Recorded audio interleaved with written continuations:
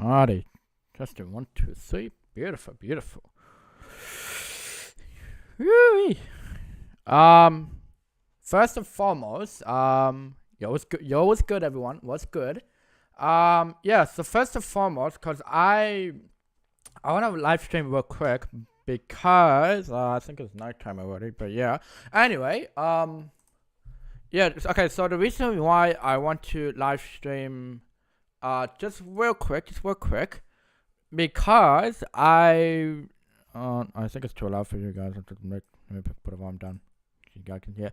Because I want to show you guys something real quick. Because if I can go to Twitter, I actually want to call it Twitter. Because I want to show you guys something real quick. Because there was an actual let me continue. Yeah, because there was an actual wait. There was an actual wait. Yeah, I'm not gonna put it here while it loads. So okay, so here's my point. So Roblox, shout out to Rob. Okay, Roblox just made a new video. So like here's what it says, because on 9th annual Roblox developer conferences kicks off today at the Four Manson Center in San Francisco. This is where I've been to San Francisco, but I actually didn't went there, but that's alright. Yep, every year. So what this description is about is this is actually a same thing what I did the live stream a year ago.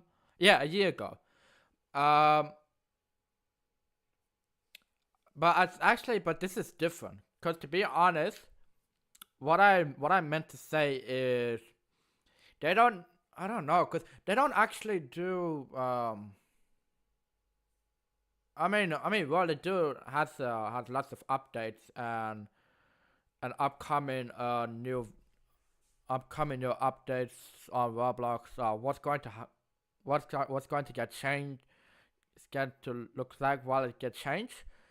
And there's lots of updates that we can talk about. There's heaps of updates that we highly recommend to talk about in Roblox. So yeah, it's been live streamed for like 15 hours ago. So can I give it a like? Cause the reason why I didn't go on live because I was asleep. Cause it's because of the time zone. Cause every day, no, not every day. Like this morning, cause I didn't have enough time to go to the live stream and do it live. Cause it's actually over there. It's actually in the morning. So I was asleep, and then yeah, I didn't have enough time to go on live. But anyway, without further said, I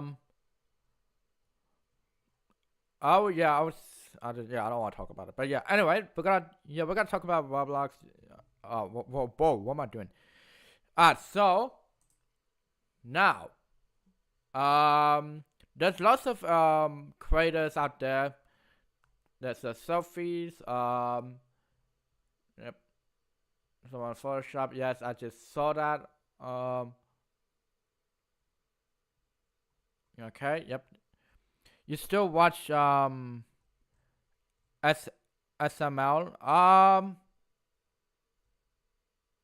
Didn't I watch? Wait, I think I did. I'm trying to think. I actually wait. I think I did before. I actually did.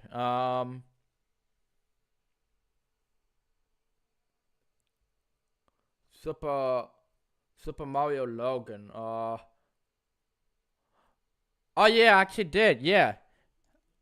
Yeah, I actually watched that video because it was fun. It's a bit funny, but I just don't actually enjoyed it. I don't actually enjoy the video because it gets really boring because it's not quite fun to watch that video. It's just I don't actually like it, but yeah. There's lots of selfies from a Roblox creator, YouTuber like me. But if you want a if you want a selfie, I'm always I will always love to take selfie, and then you can post it on your any what's it called, on any social media that you can post it through your post. You can do anything with my picture, etc. Similar like this one, you can actually post it on Twitter. You can actually post anywhere that you like, and also you can actually post it on Discord. You can actually do that. Also, if you guys are new, if every single one of each people has subscribed my channel, you see my mouse right here. If I'm moving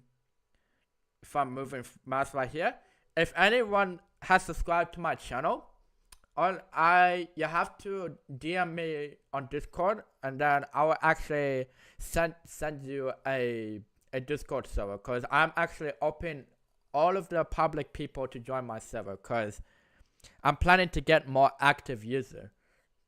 I don't know if I can get 40 members or maybe 50 members. I don't know when I'm gonna get 40 to 50 members. I don't know. But anyway,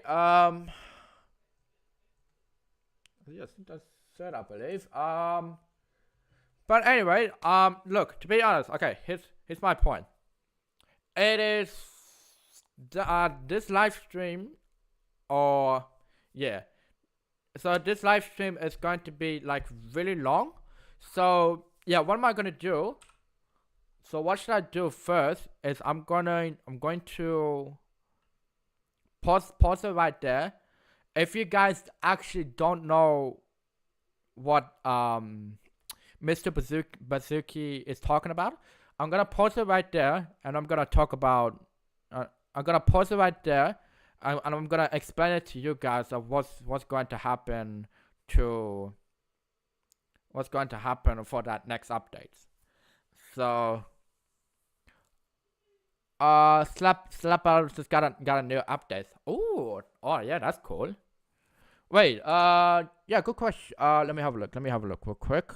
So let me exit the full screen, because I need to see the new update. That's a good one. Let me have a look the update real quick. Where is it? Yeah, slap battles. When did it update? Let me see. When did it update? When's the last time I played? What's the last time I played? Did they? Oh yeah, they did. Yeah, that's cool. Give it a oh yeah, it's just a bug fix. Oh, I played it 6 days ago. Oh, that's not that long. Yeah, cool. Too glad to play GTA Online with the browser open. Hold on. Wait. I can't even read. It. Oh my god. Wait. Hold on. Just give me 1 second, guys. Too glad to play GTA Online with the browser open as a whole of constant security contract grinding just for a trophy. I'll join you. There's a new glove. Oh yeah. Okay. Is it still loading? Oh yeah, it is. Yeah, it's still loading. Okay, so I mean, look. You don't have to watch that live stream, because I want to watch it, because I want to see what's the new updates on Roblox, because yeah, just yeah, I don't know what to do with this yeah, I don't know what to do with this live stream. I want to make sure.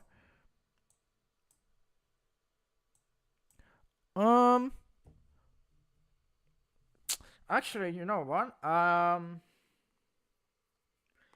I gonna play with you on my phone? Let me see. Let me see real quick. I want to check on Discord. Background audio. Yeah. To prevent being boring. Ah, yeah. True. Okay. So what am I gonna? Oh, yeah. But I don't want to open Discord because if I open Discord, I don't know. Cause one of my friend. I don't know. Cause one of my friend told me to play with me. Cause it's not. I don't know. I think it was my school friend. Yo, it's good. Oh wait, hold on. Wait a minute.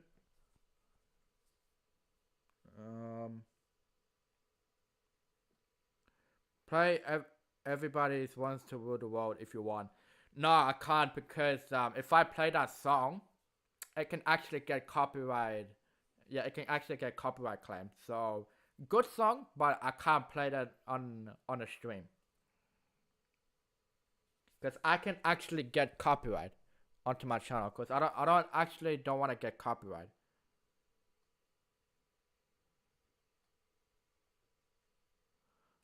Alright. While it loads, the song I'm in. Yeah. Yeah, that's what I'm talking about. Yeah. I wanna move it closer. Yeah. Just trying to make sure if this is good or not.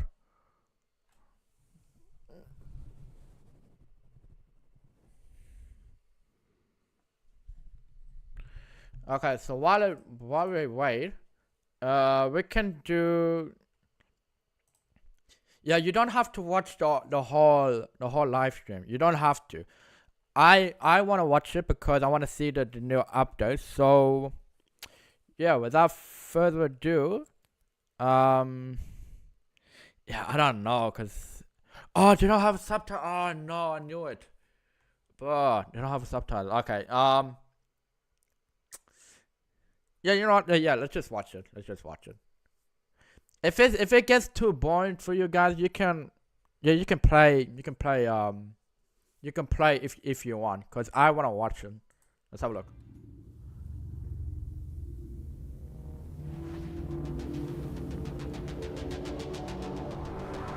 Is the audio good? Okay, I'm calling it. 2007 is the year of Roblox. It just keeps getting better. I love this. This is big. I'm never doing anything else. For the rest of my life. They made a tsunami? They made a tsunami. You guys actually see this? Wait, hold on. Let me pause it. You guys actually see this? Natural Disaster Survival. One of the popular game ever. I actually love that game. They made a tsunami? They made a tsunami. If this is 2016 Roblox, I don't want to be 2017. Chat, I'm telling. I'm gonna pause it right there. Oh, that's there will be a new game. Yeah. Work on a pizza place. You, this is Good game. it. I'm gonna pause it. Yep. Mip City. I hate that game. I really hate that game, Mip City. Because here's my point. Mip City is getting popular because back in the oldest day, it used to be a kids game.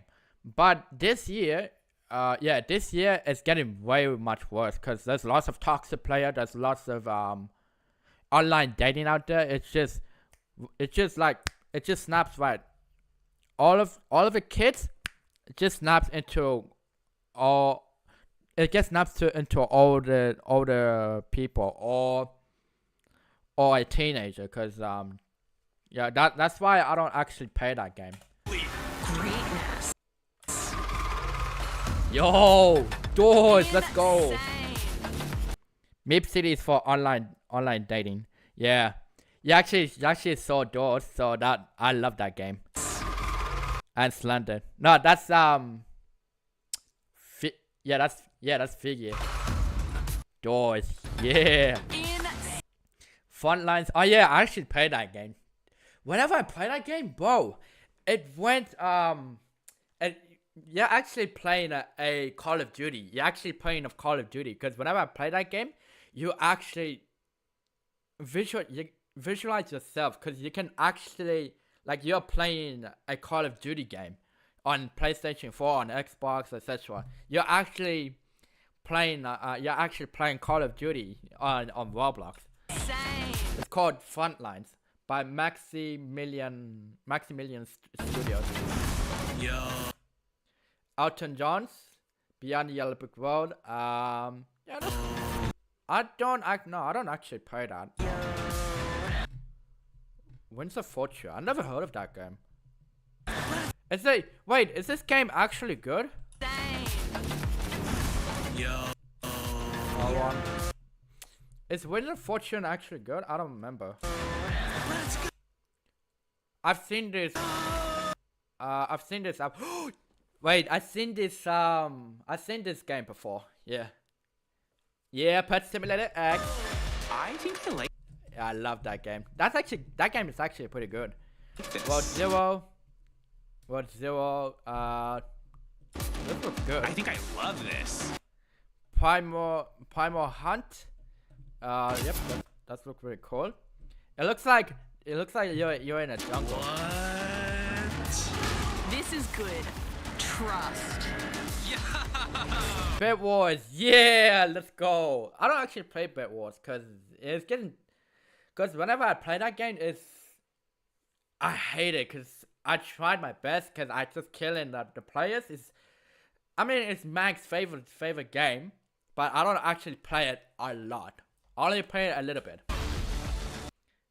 Secret Neighbors? Secret Neighbors. No, I don't actually play that. No. Advanced World. Oh yeah, they just sponsored of this game. Yeah, Sonic Speed Simulator. I love that game. I really love that. Oh, wait a minute. Wait, is this all of the votes? Must be it is. Elton John's, yep, seen this one. Yeah, Shovel Wars brain game. That game is good. That game is actually good. I actually love that game because that guy is a peanut butter jelly time guy. Yeah, that actually, it's such a nostalgia of that meme. Code Combat, nah. That game looks familiar. Looks familiar to me, to be honest. How is this so good? Shock by 2. Yeah, I actually played that game. I only played it a little bit, but the only game I played is Sharkbite. That game is actually good. Right. Rainbow Friends. Is this? No. To be honest, this game is really hard for me because I kept dying all the time because I passed level 1 first, but I actually didn't actually pass to level 2 because it's getting harder and harder. Love. Neon Knights. It's peanut butter jelly time, way. Yeah, that I love that memes because it's such a nostalgic. It's actually good, yeah. Next one, Neon Knights by Blockage. This game looks familiar. Yeah. 10. Starving Artist.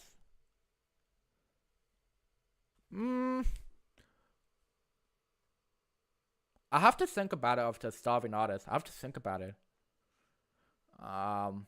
Yeah. Lifetopia? Oh yeah, I love that. That game is good. That game is actually good. I only played it. I haven't played that for a while because I was actually getting bored. I only to pick out any random game because to be honest, this game is good, but I don't think it doesn't have any good updates because I just play that game just only if I'm getting a bit bored. Yeah, I'm with. Gacha Online. Ugh. I actually hate that game. Nah. Nope. Nah, I hate it. Very interview. People play that game. It's the same as Please Donate. Oh yeah, the stuff in it. Yeah. Yeah, that game. The other game, the Starving Artist, is good, but it's like when you buy drawing. Yeah, cause I wanna try that game. Cause no, I'm not very good at drawing, bro. I'm not very good at drawing. Very interview.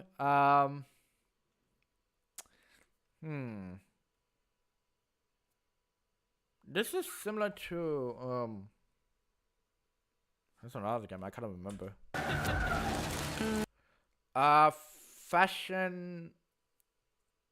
I kind of closet. Fashion closet. Bring me the fat cats in a tuxedo. Yeah, that's. Oh yeah, true. I've seen that memes before. Yeah. No, never heard of it. Approved.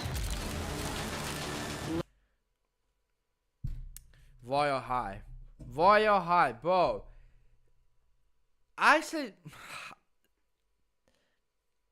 I hate to say this, but I actually play Royal High just only a little bit, cause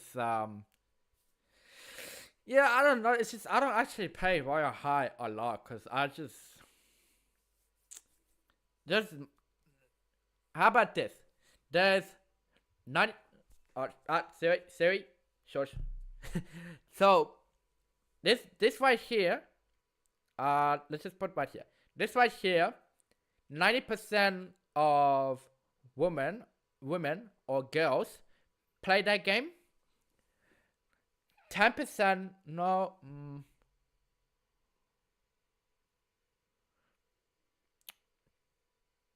15% of male or boys actually play Royal High.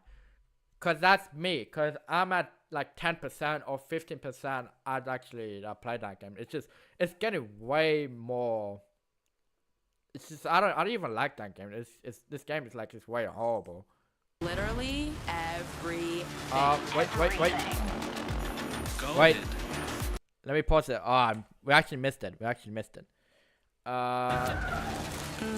Approved. Literally. Survival game. This game is good, but yeah. Every. My Hello Kitty Cafe. Yeah, this is pretty good.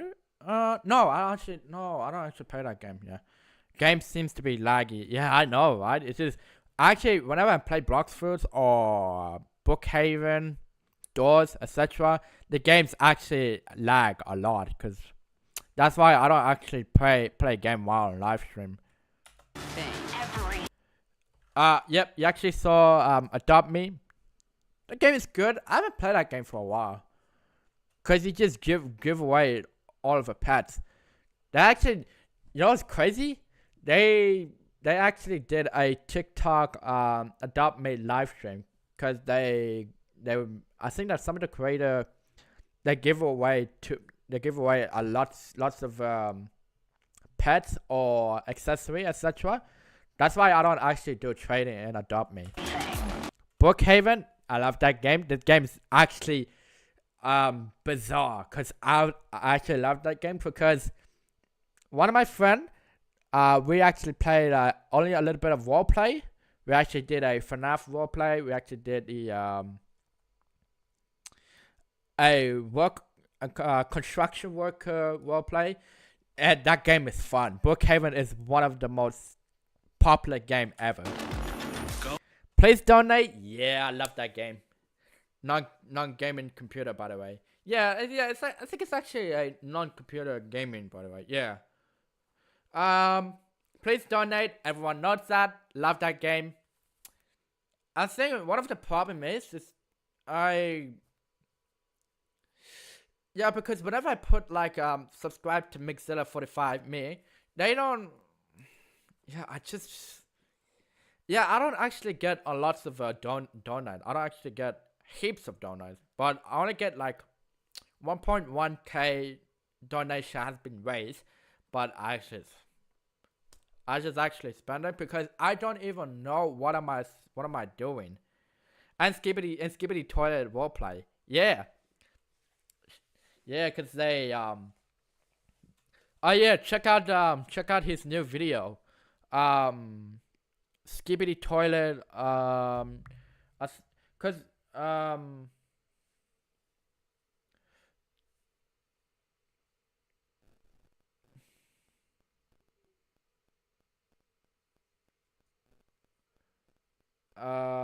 just give me 1 second, guys. I'm so sorry.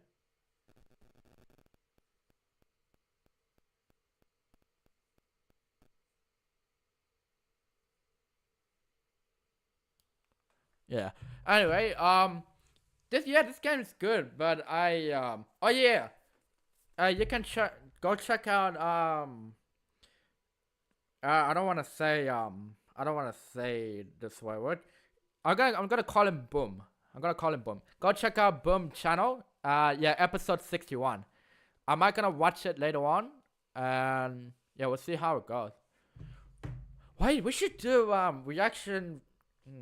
Yeah, we should do a reaction video of a Skibbity Toilet. We should do that. Loaded. Nothing And NHL Blast. Oh yeah, it's ice hockey. I'll actually play it. can top this. Yeah, Blocks Food, one of the most popular game ever. Blocks Food, yes, one of the most popular game ever. Yes, sir. Blocks Food, one of the most popular game ever. You actually played it. I played it. Everyone played that game. Such a great game to play that game. If you're new to play Blocks Food, play that game.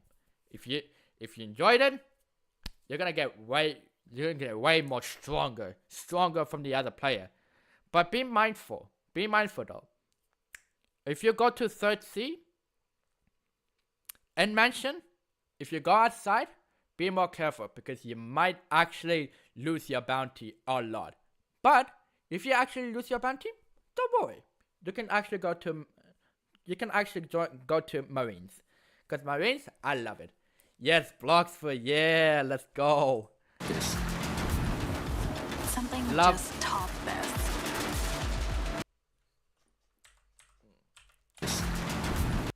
Popular game, yes.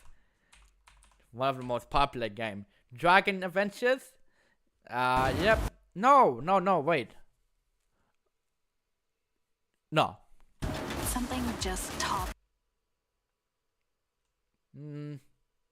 No. this. Nothing can stop us. Yes!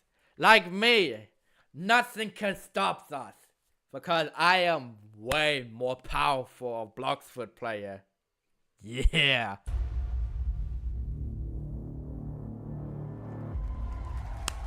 And now, please put your hands together for the founder and CEO of Roblox, David Baszucki. Baszucki.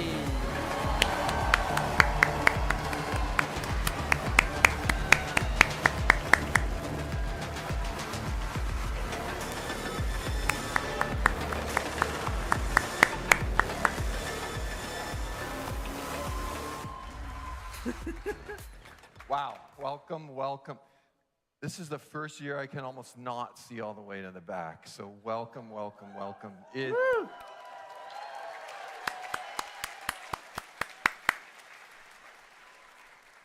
So this second is the highlight of my year. We do it all for this second to be together with you. So thank you for coming. I say it every year. This is arguably the epicenter of the world's creative energy at this moment in time. There is no other gathering anywhere in the world with as much creativity, and our creative. To be honest, I'm not gonna lie, but to be honest, that's our dad. David Baszucki is our dad, cause he's the creator, and Yeah, cause he's a creator, and cause he's our dad. Yeah. Anyway, to try to hype it, to do this stuff. Oh no, I think he was actually talking to me. So it's all good. Community just keeps Yeah, no, wait. I think he's actually getting talking. bigger. Wait, sorry. I think he's actually talking to me, or no? To be honest, I think that's one of my friends. So yeah, it's just if you just sit back, or just sit back, relax, and enjoy the video. Yep. Bigger and bigger. Of course, we have creators, developers, artists, producers. We have influencers now. We have educational developers. We have brand partners. We have all kinds of people joining our creative community. And this expansion of our platform is really all about communication and connection. So we have so much cool stuff today. The show is amazing. We're going to give you hints of what's to come. But before we do that, I just want to take 1 second while we're all here to start with one big question. And it really is the big question. Why are we here? And like why are we here?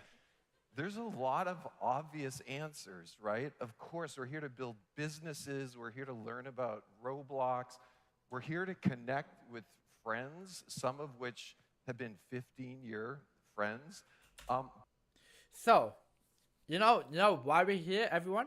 Because to me, instead of stealing his idea, one of my idea, why we're here?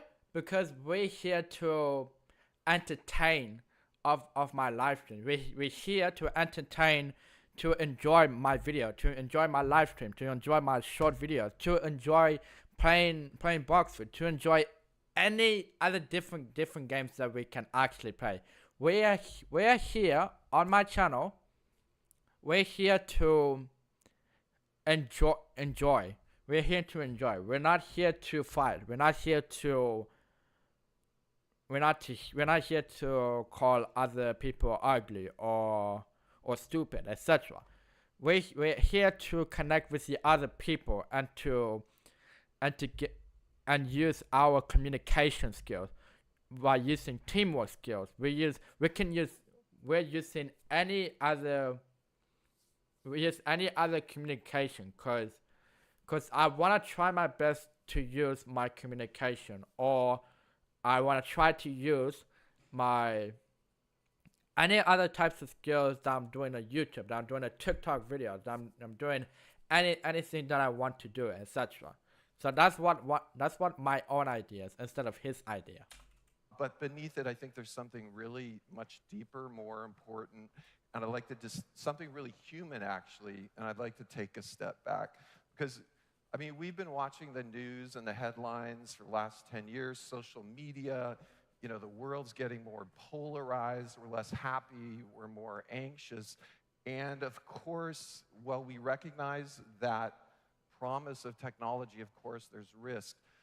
But there's something very special about this community and the platform we're building. And I'm filled with immense optimism because what we're building here is really a platform for communication and connection. No. And in this room, we understand that technology doesn't have to make things worse. Through our creativity, we can bring people together. We can spark. To be honest, I like talking to him. Yeah, he's good. He's actually good. I think he's talking to me. I think he's talking to me.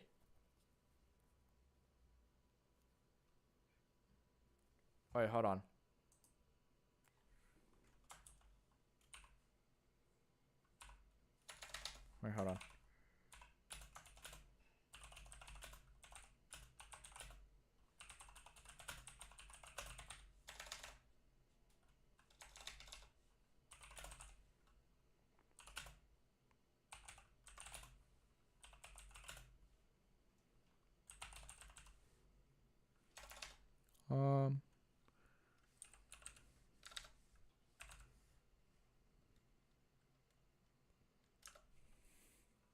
There we go. Yeah. I think he was talking to me. So yeah, which is fun. Anyway, continue. Conversations, we can help people connect and find the good in each other, and we're just getting started. So that's really why I think we're here. We're here to reimagine how people come together. And, you know, we've been doing it for 20 years. Like, we know what we're doing, and we're going to keep doing it. So that's why we're here. We're really building a new way for people to come together. But now that we've had these deep thoughts, let's jump into the show, okay? So first off, where are we? 65 million DAUs? Like, oh my goodness. Whoa. Yo, did you guys see that? Wait. Hold on. It's like, oh my goodness. Did you guys see that? Over 65.5 million daily active users have been playing on Roblox. They've been playing a game platform on Xbox or PC or mobile. Any other gaming platform that on Xbox, PC and mobile. There's lots of players that have been playing on Roblox. 65.5 million daily active users. Roblox is getting more popular than ever. Yes. And some of you were here at the very first BloxCon. This has been growing every single year for over 16 years. And what you've seen as we've grown every single year over the last 15 years is that we've increased our hours a lot. And I'm going to ask for the next slide here. So as we've continued to grow, we've also got incredible engagement on our platform. 2.3 hours. Do any of you remember being at the very first BloxCon where we set the target at 400 million hours? And I think we were doing 5 or 10 million hours at that time. We're doing 5 billion hours now. So it's about literally 1,000 times that. And the engagement, of course, on our platform is incredible. I believe we have one of the highest engagements for any social platform, 2.3 hours per day average for every DAU on our platform. And the amount of content is absolutely amazing. So we had over 15 million experiences visited in 2022, which is just absolutely incredible. It's a testament to the creators on our platform. And there's such a broad variety of experiences that are supporting what people are starting to do on Roblox.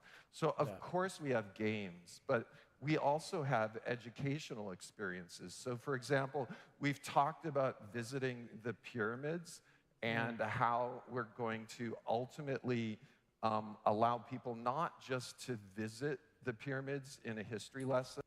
So I'm gonna pause right there and let's see what game do they have. Look, to be honest, I kind of understand what he said, cause what he said is Roblox is not about you need to get off Roblox and go play outside, go talk to your friends. No, it's not that. It's like, hey, why are you playing that game? Shouldn't you play with your friends outside? It's just like that. Roblox is all about communication and getting a lot of using educational skills. Cause I actually played it because, to be honest, I love talking to other people. I love talking to you guys. I love talking to my school friends. I love talking to anybody. But so let's see, Kaiju Universe. Yeah, you actually saw it right here. I haven't played that game at all. I have to come back to that game. It's near Adopt Me. Yeah, there's actually doors. This golf game, I can't remember. Welcome to Bloxburg.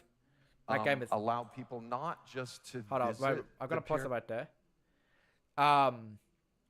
I don't actually play Welcome to Bloxburg a lot because it's not the fun game. I actually enjoyed it. Pyramids in a history lesson, but I think more and more in the last year or two, we started thinking we won't just visit the pyramids, we'll see. So I'm gonna pause right there.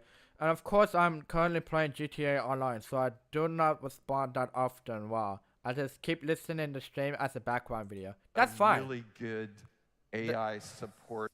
Sorry, that's fine. I accept this because you can.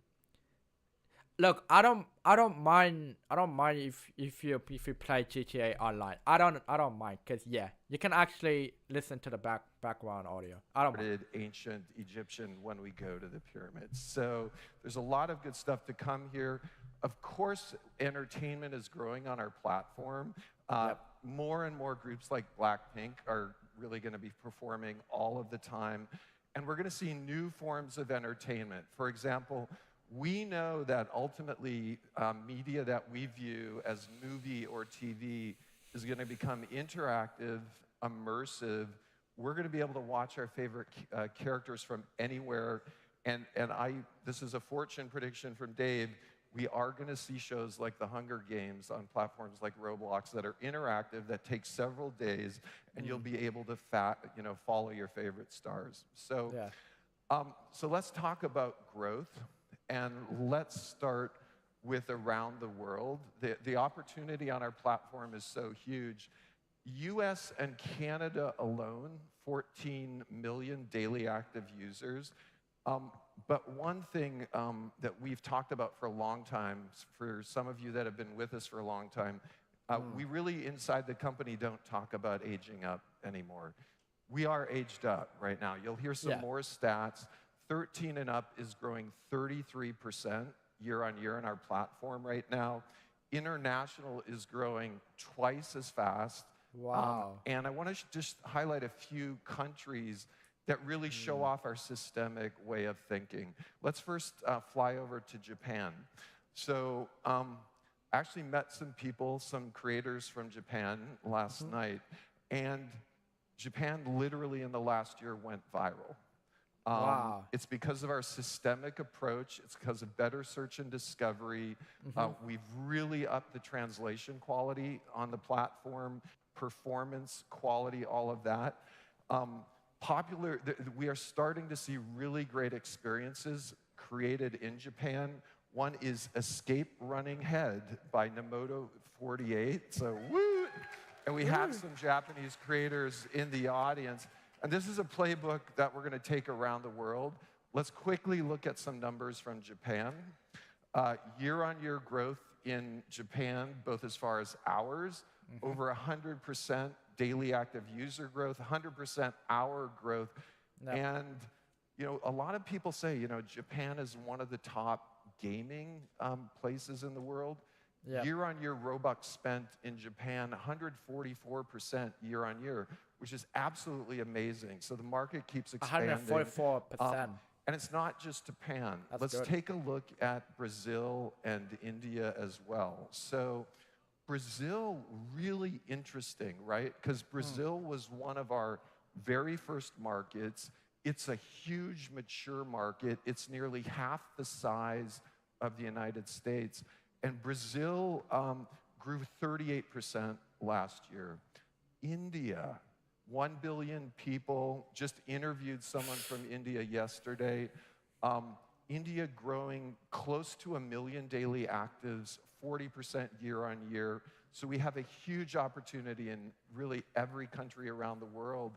And it's feasible to imagine our billion daily active user goal purely through international. But the growth isn't just driven by us. It's driven by our amazing dev community.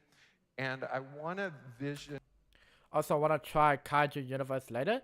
Yeah, I haven't played that for a while because I actually stopped playing for I actually stopped playing that game for a month ago.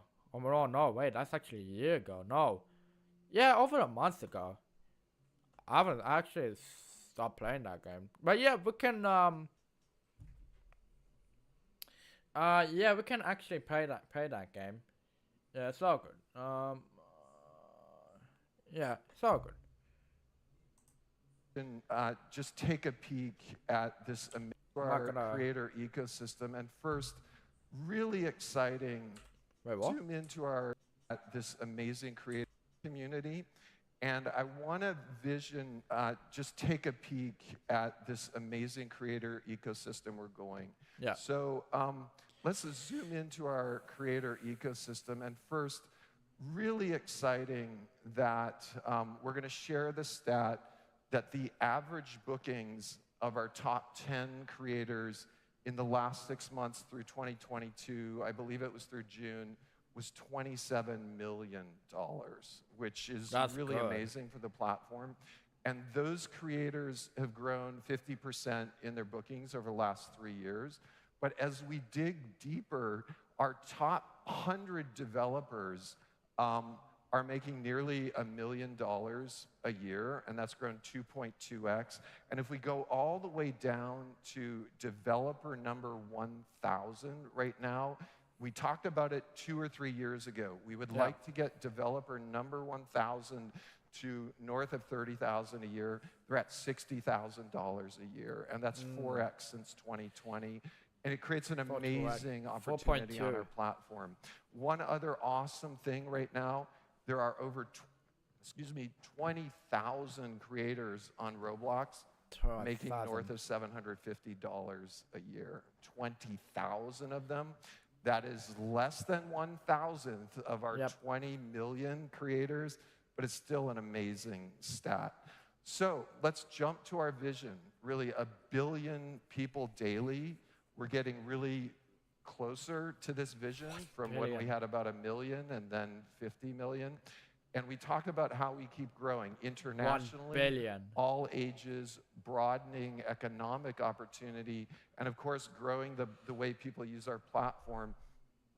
Today, we're going to dive really with a lot of focus into 3 major innovation areas that are driving frequency on our platform. And we actually believe, even in our core, the place where we got started, USA 9 through 16-year-old players, there's an amazing opportunity to grow there as well. So the first thing we're going to talk about is personalized and expressive avatars. We're going to talk about a vibrant social graph, which really includes getting everyone connected to Roblox friends and real-life friends, and finally, immersive 3D communication.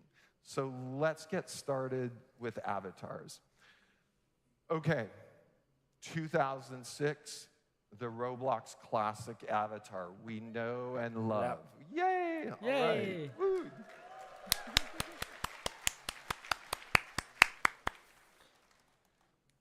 For a long time, this powered Roblox. Our vision for Roblox, though, and you all know it, is any avatar that we want to identify with. And I keep saying, whether it's Roblox Classic, it's a realistic soldier, it's a realistic fashion model, it's cartoony, or it's human, we really want to cover the whole ecosystem. We took small steps with Arthro and Anthro avatars, and then over the last 6 to 12 months, we've introduced voice chat, camera syncing, facial animation, lip syncing, better clothing, layered clothing, which was a huge technical accomplishment. But this is just the start. And I want to share a very Roblox way of thinking about this, which is more and more things that have traditionally been us doing it. We really want our creator community to do that. And what you're going to see over the next 6 to 12 months is first getting into anyone can create. So UGC system is going to open to every single person on the platform. And it's going to open to everything. Avatars, heads, face, all of that.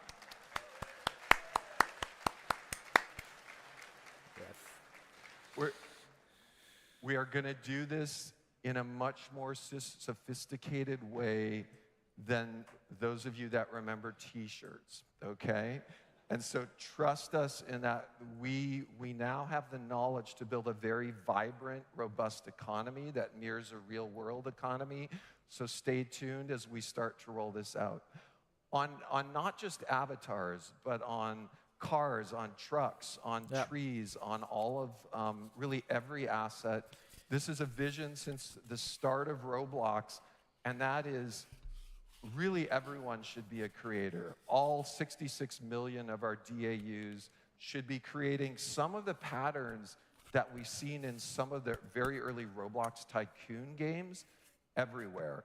Cars, avatars, clothing, everything. We talked about it last year. We used Project Runway as an example.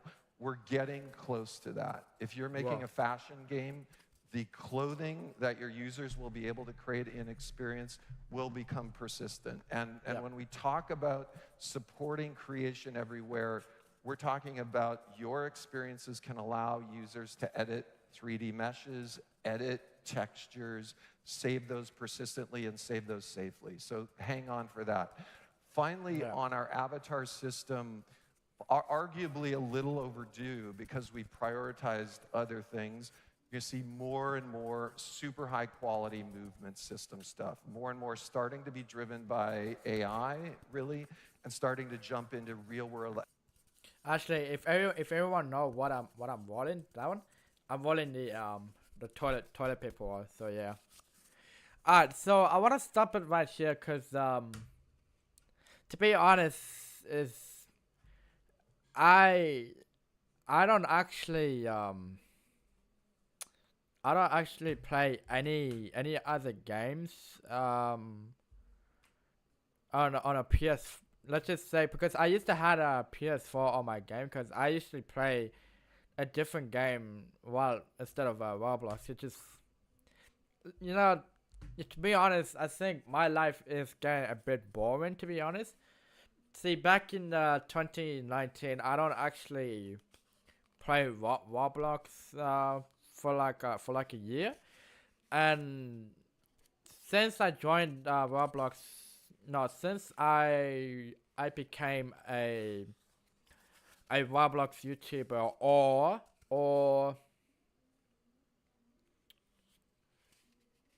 a what's it called, Roblox no, since I joined the community for Roblox, is, to be honest, I don't know everything about Roblox, cause now I know everything about Roblox. I know everything of Bloxford. I know everything in the Brookhaven. I know all of them. Some of the game.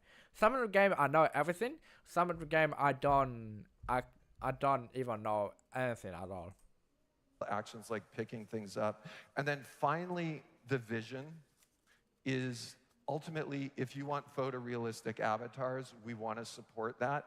Not everyone's going to choose a photorealistic avatar, and if you want to support AI-driven creation rather than manual editing for your avatars, we're going to support that. So let's do a little mock-up of what you're going to be seeing in the next year on Roblox. So this is me. This is your experience. I'm in your experience. Let's get started. I'm going to build an avatar in your experience. But the first thing I'm going to do is you're going to have access to images on the phone. So I'm going to upload a selfie. All right, I uploaded my selfie. I'm going to say, I'd like to be an astronaut. Text prompt, driven by ML, driven maybe by style clues of your experience. So that, okay. Woo, okay. So this, let's put a helmet on as well. This is going to be your style, okay? If you have a style, this is going to be an astronaut in the style of your experience, not generic. Now, of course, I'm at RDC, so I want to look cooler, so I want to be like a biker instead, so let's put that in. I'll turn into a biker really quickly. And now, finally, maybe because we're in the virtual world, I want to look a little more buff and a little more cartoony, so let's buff me up automatically and make me more cartoony. There we go. Okay, that's better. Okay. That's better. Okay, cool. Yeah. And then finally, you've seen a path for really AI-driven avatar. creation. Traditional avatar creation is sliders, knobs. You guys actually understand what he was trying to say. If let me explain. He said that they're going to make an AI avatar creator, so you can ask anything. Make me a YouTuber. No, make me Quickcraft. Make me Dennis, or make me Monkey D. Luffy.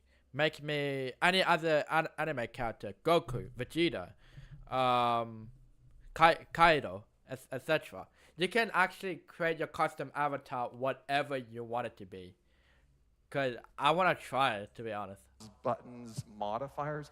Of course, we will support that as well. So let's do some traditional modification, manipulate the cage, and let's save my avatar. So cha-ching, we're done, and that's my new avatar. So you're going to see all of this rolling out. We're deeply hard at work on this. This is a really Roblox key philosophy. Sometimes we do stuff, and then we figure out it would be better if you did it. And really, the ultimate long-term goal is all avatars come from your experiences. So hang on. Next up, natural movement. Like I said, lots of work going on. Finally, we're going to have crouch. Finally, we're going to have better swimming. Finally, we're going to start really dialing in with ML-driven motion as well as keyframe motion on the platform as well. And also on top of all this, we're starting to dive into more generic verbs, picking stuff up, how to open doors, and making that cross Roblox. Okay, next up, we talked about awesome avatars. Vibrant social graph is super important for us. We know our metrics support that when we have 17.3 million friendships made on the platform every day, we can see the retention going up. And so we've been hard at work on a lot of things, making it easier to find friends. We've really been hard at work on letting people connect to their real world friends as well. I want to show you a demo of something that's really coming. And the application of this, one application of this is when we build Roblox Office, and we have all 2,000 plus of us, it's impossible to remember all of our usernames. We need to use real names. And we're going to be rolling out support of real names on Roblox, free from the contact importer, or you'll be able to modify this. This will initially be 17 up, over time 13 and up. We're going to do this very, very carefully.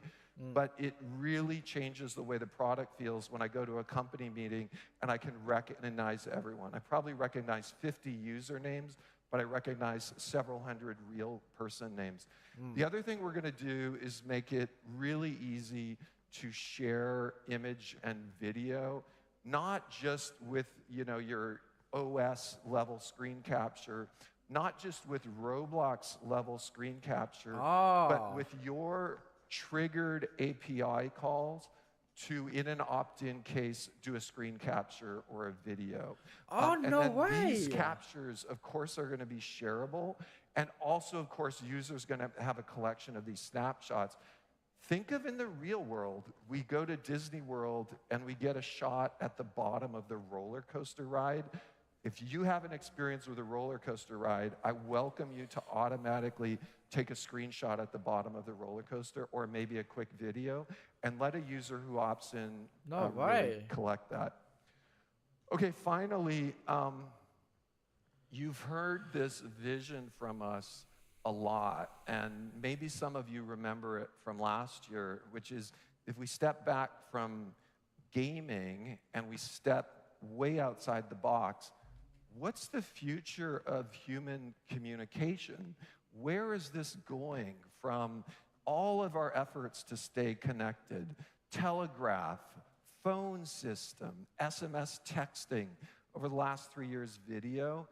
We really believe, ultimately, this all goes to 3D real-time simulation. There's so many benefits, as we know, of feeling we're in the same space, our ability to eye track, our ability for things to sound real, that more and more we believe 3D simulation will just emerge as a natural superset of video and audio.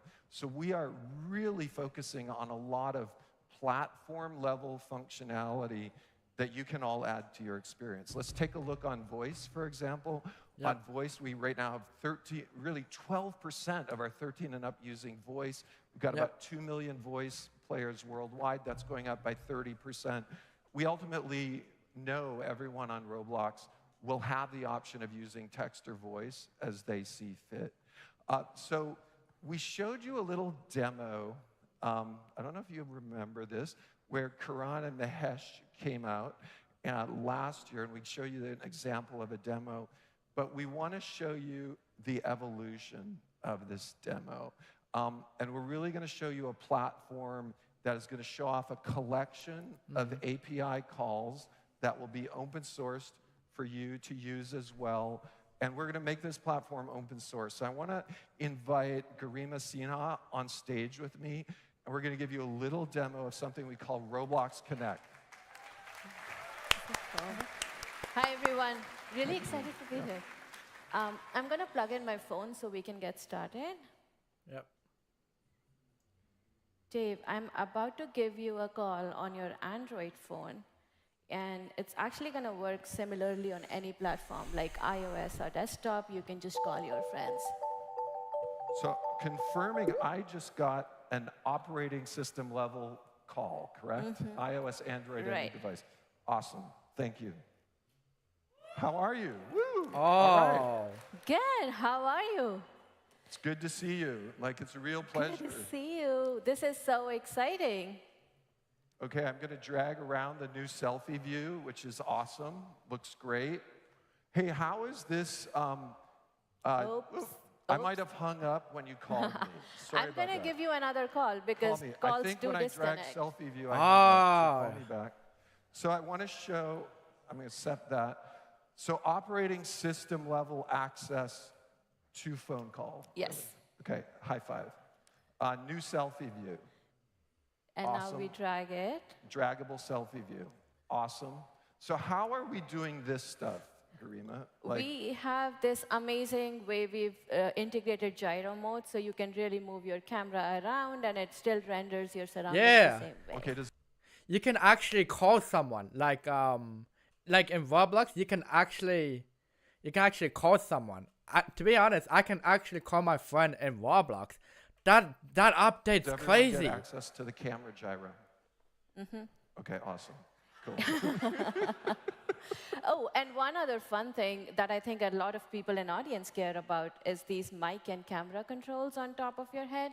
Yep. They're going to go away and become a really amazing streamlined experience control menu that actually you all can try in Studio Beta today if you want to. So Awesome. that's really That- exciting.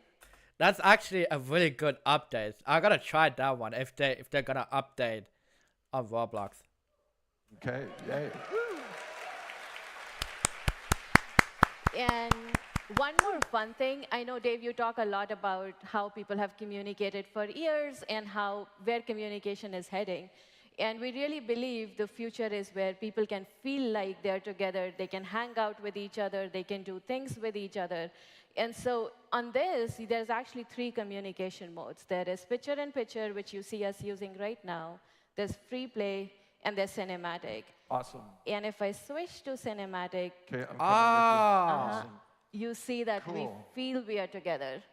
Okay, so what's really exciting about this is I feel I'm in the same space with you, and I can go back and forth from more of a traditional selfie view to being with you in this place together.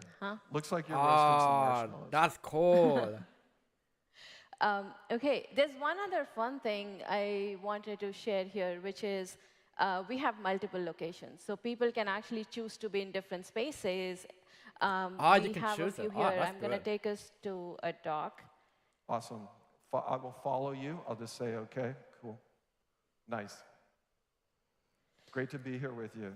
Cool. Wow. Can we go swimming? I guess I want for the demo. It really feels like vacation, doesn't it? And you still got your marshmallow. That's cool. The marshmallows actually goes where cool. we go. You must really like that marshmallow. I do. I need to eat it. I'm hungry. Okay, awesome. Okay, so highlighting open source, camera gyro exposed, calling on every device, PC, Mac as well. Mac, Yep. iOS, So yeah, iOS, abstracted Android. calling. Okay, awesome. Yeah. That's cool. Cool. I'm gonna try this one more time. Okay, going back to selfie view maybe. And one exciting thing is it works seamlessly between different modes. So like you can see, Dave is in cinematic mode. I am in picture-in-picture, but the camera moves such that I can still see his Love face. it. Okay, awesome. Yeah, And when I is know, this gonna right? be available, This is- Screamer? It's This gonna is- be out. To be honest, I didn't actually unexpected to do that. I could call you if you want. I can call you if you want for real. I actually have to think about it, cause I mean, yeah, but this is actually good. I cannot wait to try that one, cause I can actually call my friend on Roblox. That's wow. In a That's- few months, hope. I just unexpected. I thought you can't even call Oh shit! Wait, hold on, guys. Wait.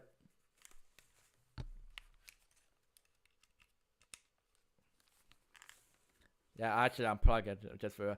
Yeah, you can be. Cause I thought you can't actually call on Roblox with your phone, cause you only actually call it on Discord. But now they just updated. Bro, it's just. I thought you don't have to call Roblox anymore, because you only have to call it you only have to call it on Discord. But they've updated, man. It's been a year, bro. Hopefully November, it's gonna be fully open source. I think I need to be 13 years old. Yeah, I would say over 13 years old, because you need to have, like I said on my video. Go watch it. Like I said on my video, you need to have your you need to verify your age, like a passport, ID, driver's license, etc. And then you can now actually have access to get voice chat. When we launch it, so you all can start integrating. You can integrate with your current experiences, or you can integrate into new communication forward experiences. It's really up to you how you want to use it. Okay, super awesome. Thank you. Thank you. Your phone. Thank you, Garima. Okay, so you're getting a little look. So what we want to do is we want to support, of course, the traditional Roblox pattern. Join your friend. But more and more support spontaneous joins as well. Little more spontaneous, get notified. Yep. If you've opted in, if you're friends, real spontaneous, literally a Roblox call, and on any device, anywhere. So in addition to Connect, I want to share you one other thing about our growth that many people don't realize on our platform, and that is 17 through 24. It's the fastest growing demographic on Roblox. Super fast, 36% year on year. And I want to show you one other slide, and that is the size of this market is starting to get considerable. There's 27 million people over 17 on Roblox. It's growing very rapidly. So it's powered by all of the experiences that you are creating. I want to do a little whirlwind tour of 5 different experiences that are finally showing off the. So first off, woo! I gotta try this game. Drinks on tap. I gotta try that game. Several years ago, we said we're doing 17 plus. We did it, and of course, drinks on tap from Deep Holder Club. So, woo! Woo! Next up, we've talked a lot about improving the quality of our engine. Want to highlight something from Maximilian Studios as far as this super high quality, taking advantage of the latest rendering on Roblox. And this is a real testament to the vision of increasing the fidelity of our platform. I think there's an old quote somewhere. This is Roblox. Like, this is Roblox. And Yeah. so really psyched about that. We're starting to see, so thank you, Maximilian Studios. Next year, We're starting to see I'm gonna be more cross I'm gonna be 18 next year. Time went fast. over between fun and entertainment. And I want to highlight something from Goldie Block's Maker High, which is combining learning chemistry with an escape room type concept, which really I think has a huge potential to merge consumer and education. Next off, I want to show something from Filament Games in partnership with the Museum of Science from Boston. We've all seen Mission to Mars. Literally millions of young people using Roblox to learn STEM, and also, of course, using Roblox side by side to connect and socialize and have fun. And then more and more, this vision of beauty, of fashion, of creation, starting to have a natural home on Roblox is really starting to come true with NAR's Sweet Rush from Super Social.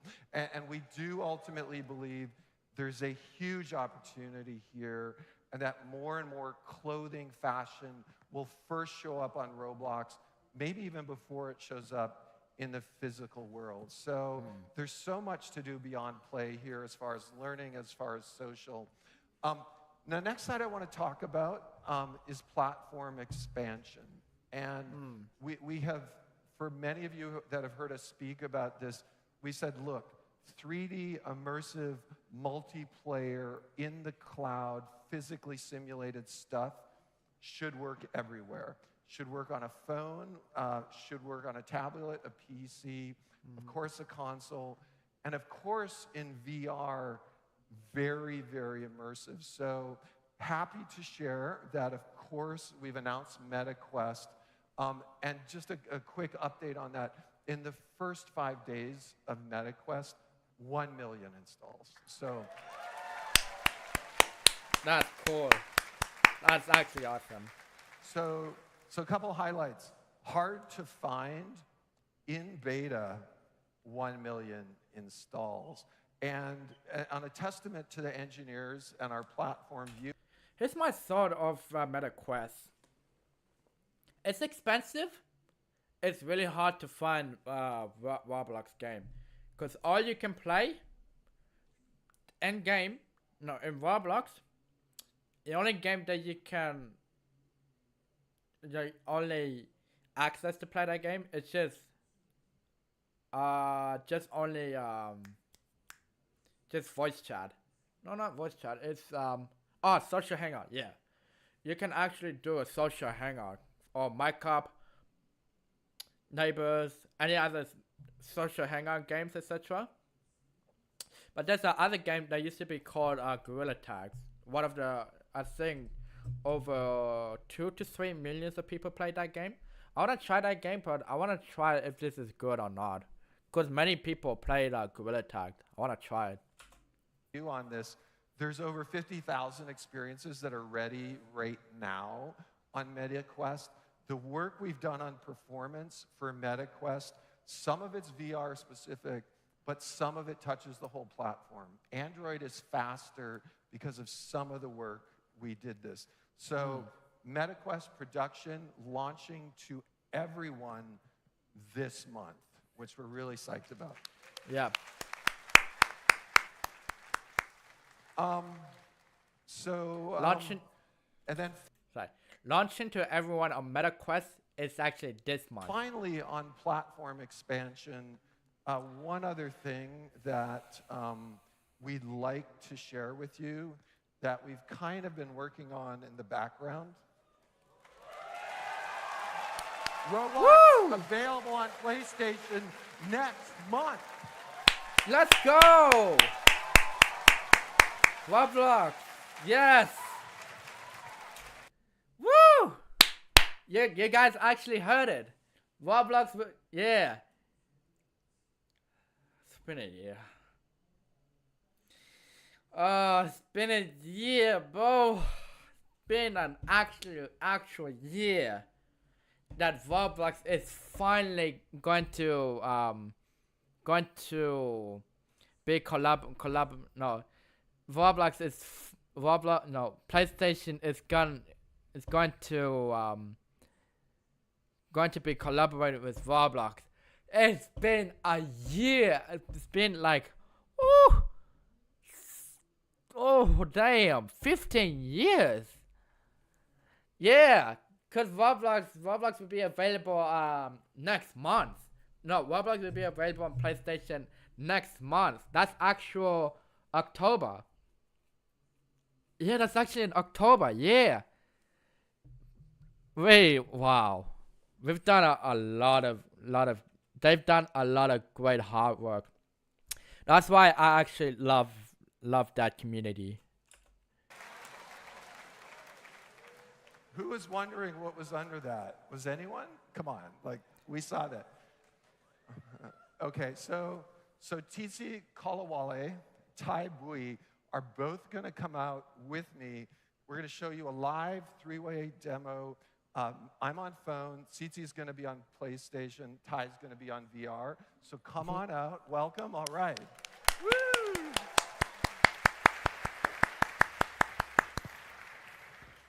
Thanks, Dave. And as Dave already mentioned, Roblox is finally on PlayStation. PlayStation. Woohoo!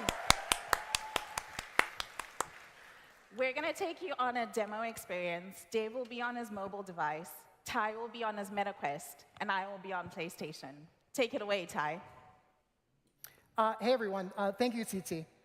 Yes, I am on a Quest device, and we are in an experience called Twice Square, built by the developer Carta for the incredibly popular, there we go. The incredibly popular K-pop band Twice. Woo! It's super cool. So I think the best thing to do here is the roller coaster. So Dave, you want to come join me on the roller coaster? Hey, I'm going to follow you, Ty. Where are we going? And how's the VR working over there? Yeah, the VR is working great. As you mentioned, we've done a ton of work on performance. Hey, Tsitsi, do you want to join us too, or? You go on ahead. I'll explore the pier. I'll catch up later. Hey, Okay. Ty, are you sure you want to ride a roller coaster on the main stage of RDC? I do. I do. Okay, be careful. Okay, I'm going to wait for the next coaster. All right. Yeah, well, it looks like we just missed a coaster. Oh, right here. Yeah, let's hop on board. I'm in. Oh, I was in. Let's see if I can get in or not. This is what we get with There we live. go. I'm in. There we go. Woo! Where is she anyway? Hey, let's switch over to my screen, and I'll show you guys riding a roller coaster in VR in first person. Okay. Ooh. And I will try not to throw up on stage. Oh my gosh, Ty, I'm looking at what you're experiencing. Like, hang on. Oh, here we are. Okay. Oh my God, you guys have to try this in headset. It is so immersive. It's so trippy. And you can see the performance that we've done. We support application space warp, which doubles your frame rate without any work from the developer. Oh, we're cresting at the top. Oh my God, here we go. Wee-haw. Okay, Ty. Like, how is your stomach right now? For me, I'm in pretty good shape. I'm good. Okay. But I'm going to keep on riding. Let's see what Tsitsi's doing. Tsitsi, let's switch to Tsitsi's screen. Hey, yeah, I'm over here. So I've been exploring the pier, and I have to say, the performance on this device is absolutely amazing. Wow. As you can see, there's a lot of fidelity in the graphics. If you see the lighting in the environment, it's absolutely stunning. It really does bring your creations to life. What do you think, Dave? I'm going to look up from my mobile screen at your place. Oh my gosh. So that looks absolutely amazing. I'm going to hop out with Ty, and we're going to come find you. All right, come follow me. Come and join me. I think one other thing that's super awesome on PlayStation is I have the ability to add my PlayStation friends as my Roblox friends. And so this really opens up the potential, right, for crossplay. Dave, you can join in on mobile. Hey, there you are. Hey, Good Ty. to see you. Come, let's go exploring the pier. Okay. So yeah, as we're doing this crossplay experience, you can join in on the mobile device, Ty can join in on his MetaQuest, and I can enjoy the experience in the comfort of my living room on the console. It truly is a next level experience. Okay, awesome. So Ty, Tsitsi, want to thank you for all the hard work, because I know you've been working on this. Thanks, Dave. Thanks, Dave. Thanks, And CT. thanks a lot. And I want to highlight, both MetaQuest and PlayStation, so many teams, it crosses the whole company. And this is what had been one of the stickiest on-schedule projects we've ever done. It's been a glimmer in our eye for the last year. The whole company's gotten in on this. And stay tuned, because there are more platforms to come. So let's go through today just a highlight. Of course desktop, of course mobile, of course tablet, console, VR. Yep. For those of you that want to grab me off stage, I can give you a little hints. There's obviously one or two other platforms, so stay tuned. Okay. Finally, on the Roblox virtual economy, I'm about to hand it over to Manuel. We know we're trying to build the largest virtual economy in the world to support you and really distribute as much of the Robux coming into Roblox to all of you to power our creation. Want to highlight, in the last 12 months, ended June, over $680 million distributed to this community. And we want to make this number as big as we can. So thank you all. I'm going to be back in a little while, but next up is Manuel, and he's going to share more about the economy. So thank you. So that's going to be, hold on. So that's going to be the intermission. So what I'm going to do is I'm going to skip the video. Please welcome Roblox Chief Product Officer, Manuel Bronstein.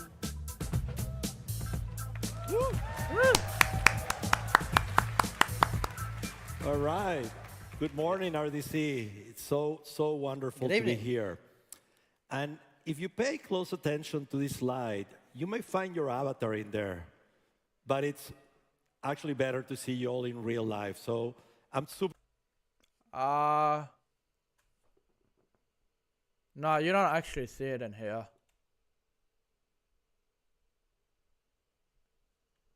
Super excited to be here.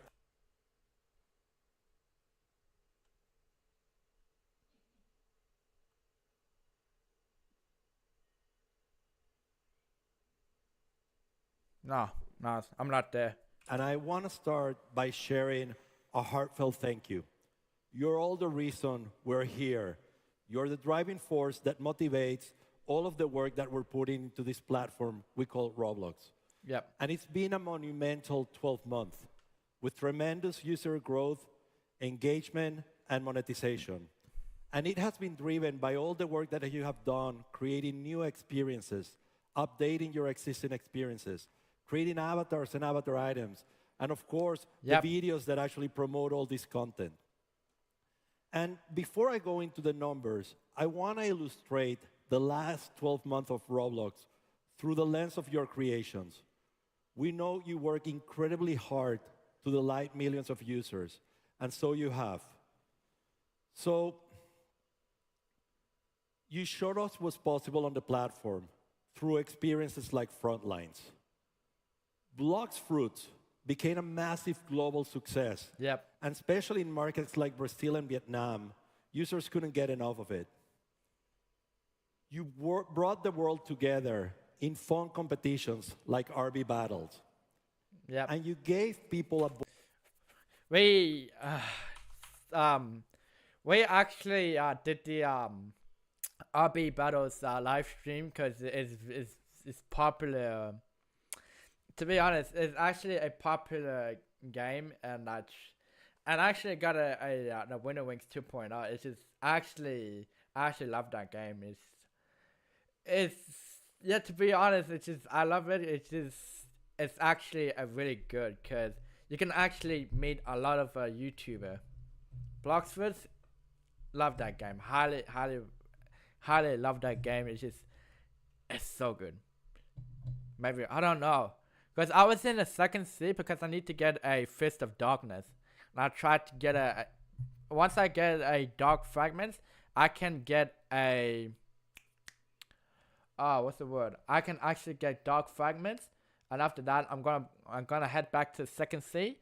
And then I can obtain a Soul Guitar. I'm gonna grind. Yeah, so that's why I'm not in the third seat. I'm in the second seat. RB Battles and Blox Foods. Yeah.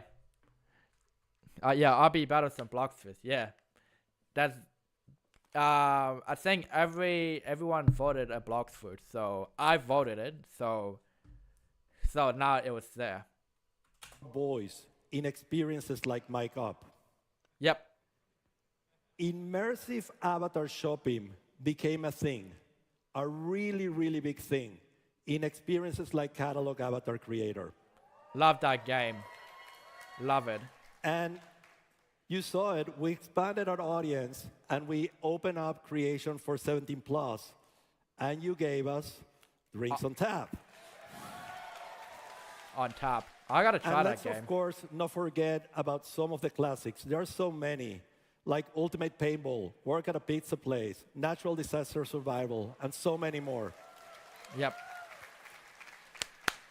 Your passion and creativity never cease to amaze us, and I can't wait to see what you create in the next year. Thank you very much.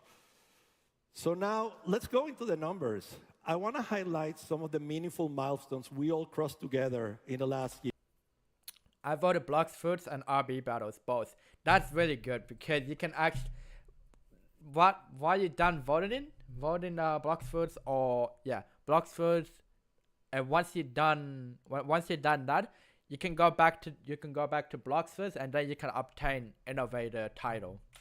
Here. In 2022, collectively, all of your experiences got 210 billion visits. That's a huge number. And more interestingly, it was growing 28% year over year. We also had users coming to your experiences and play and spend time with their friends for 54 billion hours. That's more than 2 billion days or 6 million years. It's pretty impressive. So now I want to go and take a closer look at some of the new experiences and some of the work that are gaining momentum in this year. Pet Trading Card, Zoo World Tycoon, Tower Merge Simulator,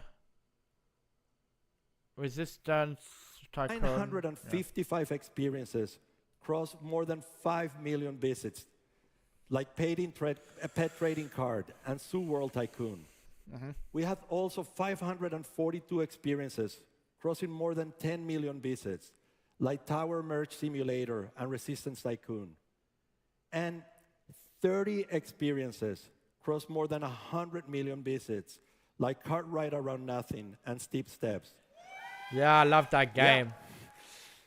It's hard to believe, and it's very impressive that these experiences were just created in the last 12 months.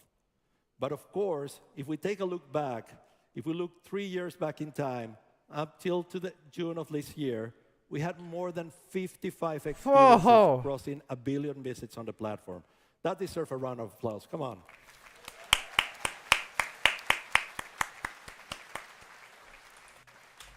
And 5 of those experiences. Look at that. Amazing of this visit. Amazing. We've got Bloxfoods, Tower of Hell, Adopt Me. You have everything. Wow. And even got a build a boat for treasure. That was actually really good. Even Brookhaven, even Beast Swamp Simulator. That's the game. Yeah. Whenever I started a channel, because I wanted to create a Beast Swamp Simulator video, I actually created a year ago, because Beast Swamp Simulator and Build a Boat for Treasure. I actually Piggy Blocks Foods. Yeah, they have 1 billion visits. Everything. And 5 of those experiences, as of June of this year, had crossed more than 10 billion visits. Experiences like Brookhaven, Adopt Me, Tower of Hell, Brock's Fruits, and Mid City. You're all showing amazing staying powers, and I want to congratulate you all. Congrats.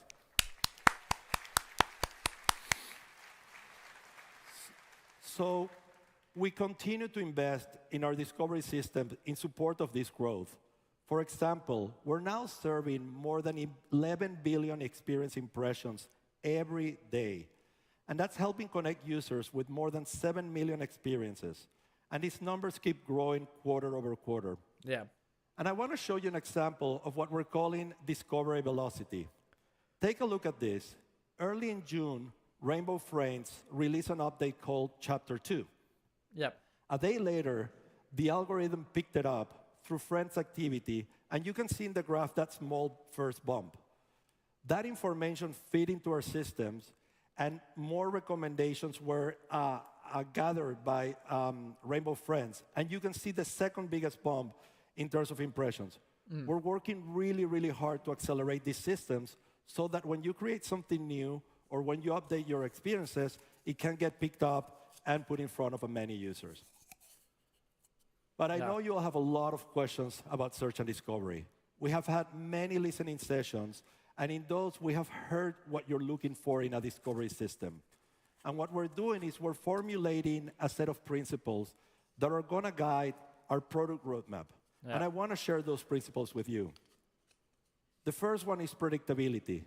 We know it's important for you to not have any surprises. So we're overhauling the way in which we do experimentation so that we minimize the number of surprises as we learn and iterate. The second one is transparency. I know you want to better understand how these systems make decisions on what they recommend.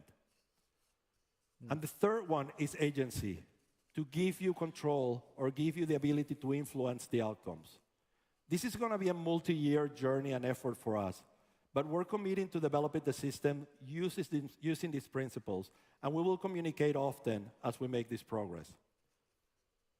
On the transparency front, I just want to share with you how we think about the role of search and discovery. What time is it for you? It's almost 8 o'clock. 8 p.m. Yeah. So I'm good to go. We want to match users with experiences they will love and experiences they will value. Experiences that will increase their happiness and satisfaction. If we do this, we all win together, because more users will want to come to the platform more often, invite their friends over, and spend more time in your experiences. So how do we do that? Well, we use a large number of signals to actually infer whether users are going to be happy and engaged with the experiences that we present in front of them. We look at engagement, we look at retention, we look at social activity, we look at safety, freshness, demographic, monetization, and many more. And we keep looking for more and more signals that can actually make this recommendation system better. And the goal at the end of the day, as I mentioned, is to match users with experiences that we love. We've been iterating, and we improve the models with state-of-the-art machine learning. And this is helping our system bring more diverse, fresh, and newer experiences in front of users. And you can see the result. New experiences are finding more success on the platform. With now it's 8 o'clock. 34% of the top 1,000 engaging experiences having been created in 2022. We're also working on search and improving search through international and semantic understanding. And the idea here is that through different languages, we can actually make the results of search more precise. In this example, we're searching for cooking competitions in Japanese. And the results were really, really good. And what we saw in Japan when we did that is that we had a great improvement that led to more plays from search, 15% more. And we're taking those learnings and apply them globally so that we can have that same result in every language. You actually saw that, right? This says quick craft. You actually saw it. Yeah, that's a bit weird for me. I mean, yeah. 15% increases in plays from search in Japan. Yeah, this is that percent right there is actually good. Now, I know many of you love analytics. This is another place where we try to bring transparency to you. And we're making a lot of investments. Hopefully, you're already familiar with our engagement, monetization, and retention dashboards. And they help you actually understand how your experience is performing and how can you improve the work that you're doing. So is it morning for you? No, it's actually night for me. This year, we released the real-time stats and error reporting. that helps you monitor the performance of your experience. Let's see what it says. This is amazing. I already spotted like 20 client bugs I never knew about it. This feature is long overdue. I think we will use this every day in the future, just like we brush our teeth every day. You don't have to trust me when I say this is valuable. You can read what your colleagues are already writing about it. Real-time stats They're and using it every day to monitor the performance of their experiences. We also released the audience breakdown dashboard. With this one, you can see users in your experience by age, gender, country, and language. And this actually helps you inform feature development, what content to bring, how to market this experience, and help you make better decisions. Well, I'm very excited about the next dashboard that we're going to put in your hands. It's called the Insights Dashboard. And this is a new dashboard that is going to be releasing this month, where you're going to be able to see very important stats, real-time information about how your experience is performing relative to the peer set, whether your engagement is good relative to experiences that look like yours, whether you're monetizing as well. And then it's going to point you to places where you can get information on how to improve your experience to achieve those goals. This is going to be super useful, and I can't wait for you to guys have it in your hands. And later this year, in Q4, we're going to be releasing the Avatar Marketplace Analytics.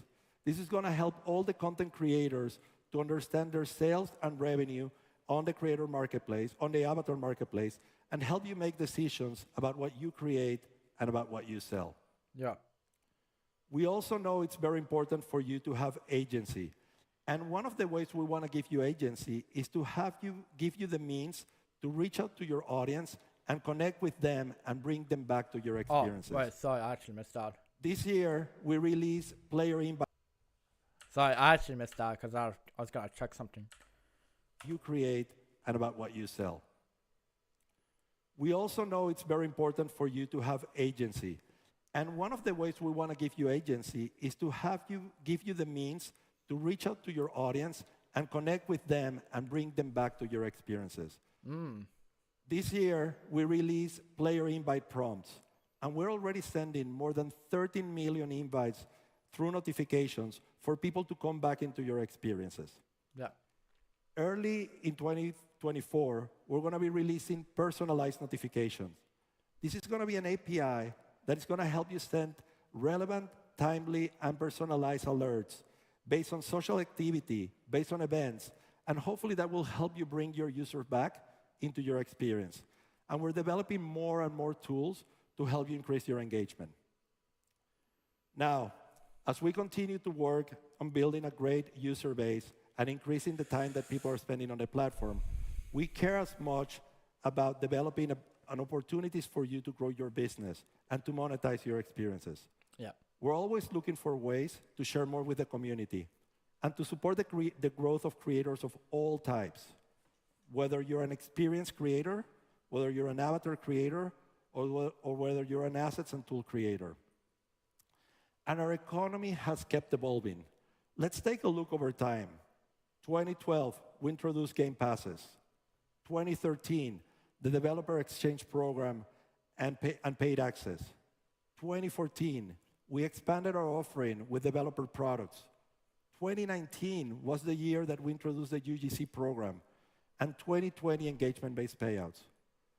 These investments has resulted in great earnings for all of you in the community. As Dave pointed out, we shared $680 million in the last 12 months. But if you look back, since 2018, all the way to June of this year, we have shared more than $2 billion back with the community. But we don't plan to stop there. We have a lot of interesting and exciting work going on in 2023 for the economy. And I'm sure you're going to make great use of it. So let me start by talking about the UGC program. In the last 12 months, 2 billion paid marketplace transactions. And out of those, 766 million were for 3D items. That's a 35% increase year over year. But we didn't stop there. Earlier this year, we launched Limiteds, bringing real-world economic principles like scarcity to drive demand that drive the resale and trading market. And, as always, you surprised us, and you embraced it. And we've seen Okay. more than Oh 2. yeah. Okay. Yeah. I understand. Cause they actually sell all of the UGC, all of the avatar that they have been created, including me. Cause I might gonna create another shirt for all of you guys. So I might gonna put it onto my on my store into my group, so you can actually buy it from the shirt, or you can actually buy it or you can actually buy a shirt and please donate. You can actually do that. Yeah. 5 million items sold. But what's more important is that those items are reselling, 80% of those items are reselling at a higher price than the original price they were created at. That's showing that scarcity drive demand and drive pricing. And this is going to be a very powerful tool for us to use as we continue to grow. Yeah. Now, let's take a moment to celebrate the creator of some of the best-selling items last year. There are some very, very cool hairstyles. I may need some of those in real life. But I really, really want to congratulate you all. You keep creating amazing content, and the community is loving it. So congratulations to all of you.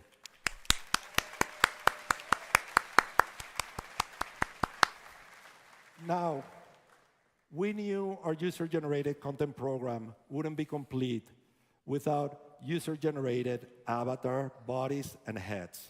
Mm-hmm. Roblox doesn't feel and believe that we should have a single avatar style. We have always looked for self-expression and creativity to shine on the platform. We want to offer users near infinite choices so that they can find an avatar that represents who they are or who they want to be. We opened up the program, and we started seeing what you're creating. And of course, you continue to delight Hey! us. Hey, Billy is here. Yeah, Roblox, yes. Yeah. Super cool stuff. Billy and this is here. just a small sample. The heads that I'm seeing in the marketplace, the bodies that I'm seeing in the marketplace, it's just amazing. And all of these bodies are using, and heads are using our latest technology, R15, layer clothing, dynamic heads. The reason we want that is because we want avatars to be expressive so that people can use them for communication, and when they engage in connecting experiences like the ones you saw and Dave and others demoed today. I'm incredibly excited to see what you all keep creating, because I imagine a future when we look at the avatars on Roblox and there's no one single style. There's like breadth of avatars across the place, and people can find something that really they feel connected to. Now, Dave mentioned this, and I'm incredibly excited about this one. There was one more step in our creative vision that we needed to deliver on, and that is to make it possible for anyone to create and sell on the marketplace and on Roblox. This is a monumental step, but it's one that we don't take lightly.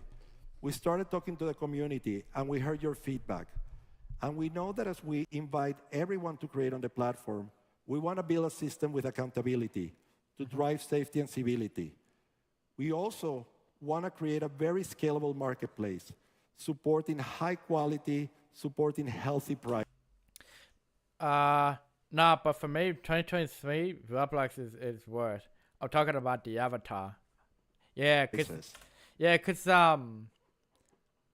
look, to be honest, not the updates that are gonna come. Yeah, look, to be honest, I really want to see what's the new update, cause I know PlayStation is coming to Roblox next month, and they're going to Roblox is going to do not the video call, no, they're gonna do a phone call. They're gonna do a phone call, so that's actually a good update. And lastly, we want to make sure that the marketplace as a whole becomes very healthy, helping you support and manage your IP as you create this content. Yeah. I'm incredibly excited about releasing and starting to roll this out in the coming month. This is going to open up opportunity on the platform for anyone.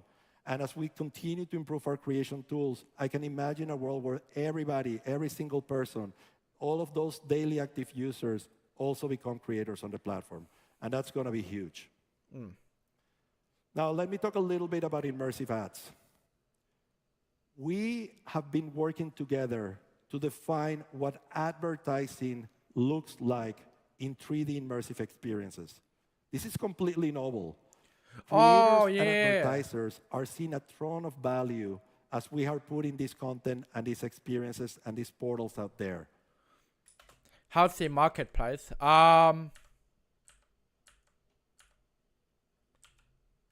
Which one? Those daily active users also become creators on the platform, and that's going to be huge. Users, I can imagine opportunity on the platform about releasing and support and manage. You want to make sure high quality, supporting healthy prices. And lastly, we want to make sure that the marketplace as a whole becomes very healthy, helping you support and manage your IP as we create this content. I'm incredibly excited about releasing and starting to roll this out in the coming month. This is going to open up opportunity on the platform for anyone. And as we continue to improve our creation tools, I can imagine a world where everybody, every single person, all of those daily active users also become creators on the platform. And that's going to be huge. So apparently what he talks about, I'm going to give you a simple answer. Apparently Roblox wants to clean. Apparently Roblox wants to become a clean website, or wants to clean a. They wants to keep it a family friendly website, or I don't know, cause what I hear what he said. I think they want to try to. What's the word I'm looking for? Yeah, they wanted to keep us healthy because they don't want that website going to decrease of all of their players, all of the games, everything, etc. They want to increase. They want to become a popular creator. They want to become a popular YouTuber. They want to become, they want to become what they want to be. Now let me talk a little bit about immersive ads. You heard it, yeah. We have been working together to define what. Apparently immersive ads. If you play, let's just say, natural disaster survival, or Beast Swarm simulators. I'm trying to think. Yeah, only I can remember is natural disaster survivors and Beast Swarm simulator. So what I meant is, so they try to what's the word I'm looking for? Oh yeah, once you head into natural disaster survival or Beast Swarm simulator, there's this immersive ads where you can teleport through, where you can teleport a different game. So what I meant, if let's just say for example, if you play natural disaster survival and you see, let's just say you see Twice Square, you can actually go in and then it will teleport you to the different game. And if you want to leave the game, you can actually leave the game. Yeah. What advertising? I mean, some of the people you actually seen this before. I've seen it. I already know what this means. Looks like in 3D immersive experiences. This is completely novel. Creators and advertisers are seeing a ton of value as we are putting this content and these experiences and these portals out there. In July of 2023, developers outside of the top 100 who publish a portal started making, on average, 14% of their earnings from ads. And this is just the beginning. I want to take one example. Let's look at Avatar Outfit Creator, which launched in 2022. This experience primarily monetized through affiliate fees and engagement-based payout. In May of 2023, they decided to bring immersive ads into their experience. Yeah. And by July of this year, of that same year, they were seeing more than 27% of their earnings coming from advertising. But what's more important and what's critical is that they did this through portals, and they didn't see any drops in engagement or in users. Our goal is to continue to build these systems in a way that makes advertising great value for those who want to market and advertise on the platform, but also we want them to become a meaningful source of revenue for all of you. Okay, we've made material investments in advertising and marketplace, and we're always on the lookout for something new, for something that is going to help you build your business. And I'm incredibly excited to announce a new capability that we've been working on that we're going to release later this year. Later this year, you're all going to have the ability to sell recurring subscriptions within your experiences. Yeah. It's going to be huge. Yep. With these subscriptions, you're going to be in later. control. You're going to be able to decide what do you want to offer inside of that subscriptions, what benefits. You're going to be able to select price points, and you're going to be able to promote these subscriptions to all of your users. I'm expecting your most engaged and loyal fans will want to become subscribers, and they're going to generate a monthly revenue and a monthly predictable revenue for all of you. So this is going to be huge. You're going to have it in your hands later this year, and I can wait to see what you create. Okay, so we... All right, I'm going to post about this. So you actually seen that TikTok on live stream, right? So what I meant is if you actually followed a creator, they've actually added a subscription. They actually added a subscriptions. Is that way? Yeah, they actually added a subscription for only a creator. What they do is whenever people subscribe to their creators, they can actually get any access of what are they going to have. Like, for example, they're going to have We share improvements in support of avatar creators, and like, for example, they're gonna have a emoji. They're gonna new emoji. They're gonna have new badges. They're gonna have a new. They can unlock access of everything. It's exactly the same thing as channel membership on YouTube. Yeah, they can actually join a channel membership. Like, they can have access. What they are going to have, they're going to have access to emojis, stickers. Oh yeah, I should say stickers, emojis, stickers, and what access they are not going to have while joining the channel or while joining a TikTok creator. That's what I actually learned about it. And experienced creators. But there's one group of creators that is very, very important for our ecosystem. I'm talking about the talented creators of assets and tools in the creator marketplace. These are the creators of models, images, meshes, plugins, audio, and more.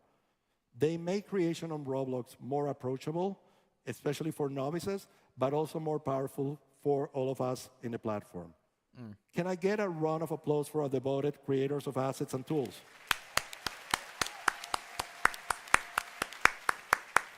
I want to share a stat with you. Nearly 60% of developers on the platform are using assets and tools from the creator marketplace created by this community. So with that in mind, today we have a huge announcement for them.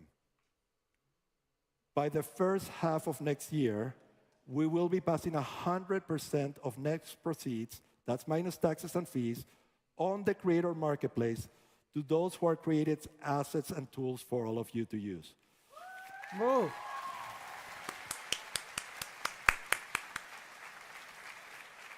This is the highest revenue share in the market today, and something we're very, very eager to invest in.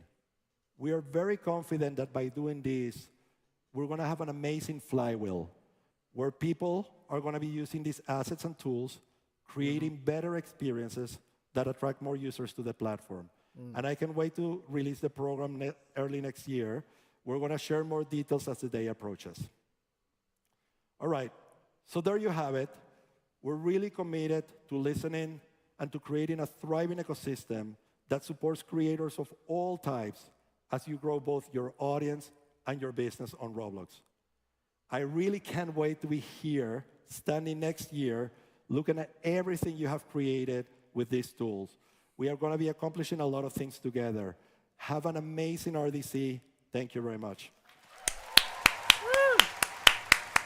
Please welcome Roblox Chief Technology Officer, Daniel Sturman.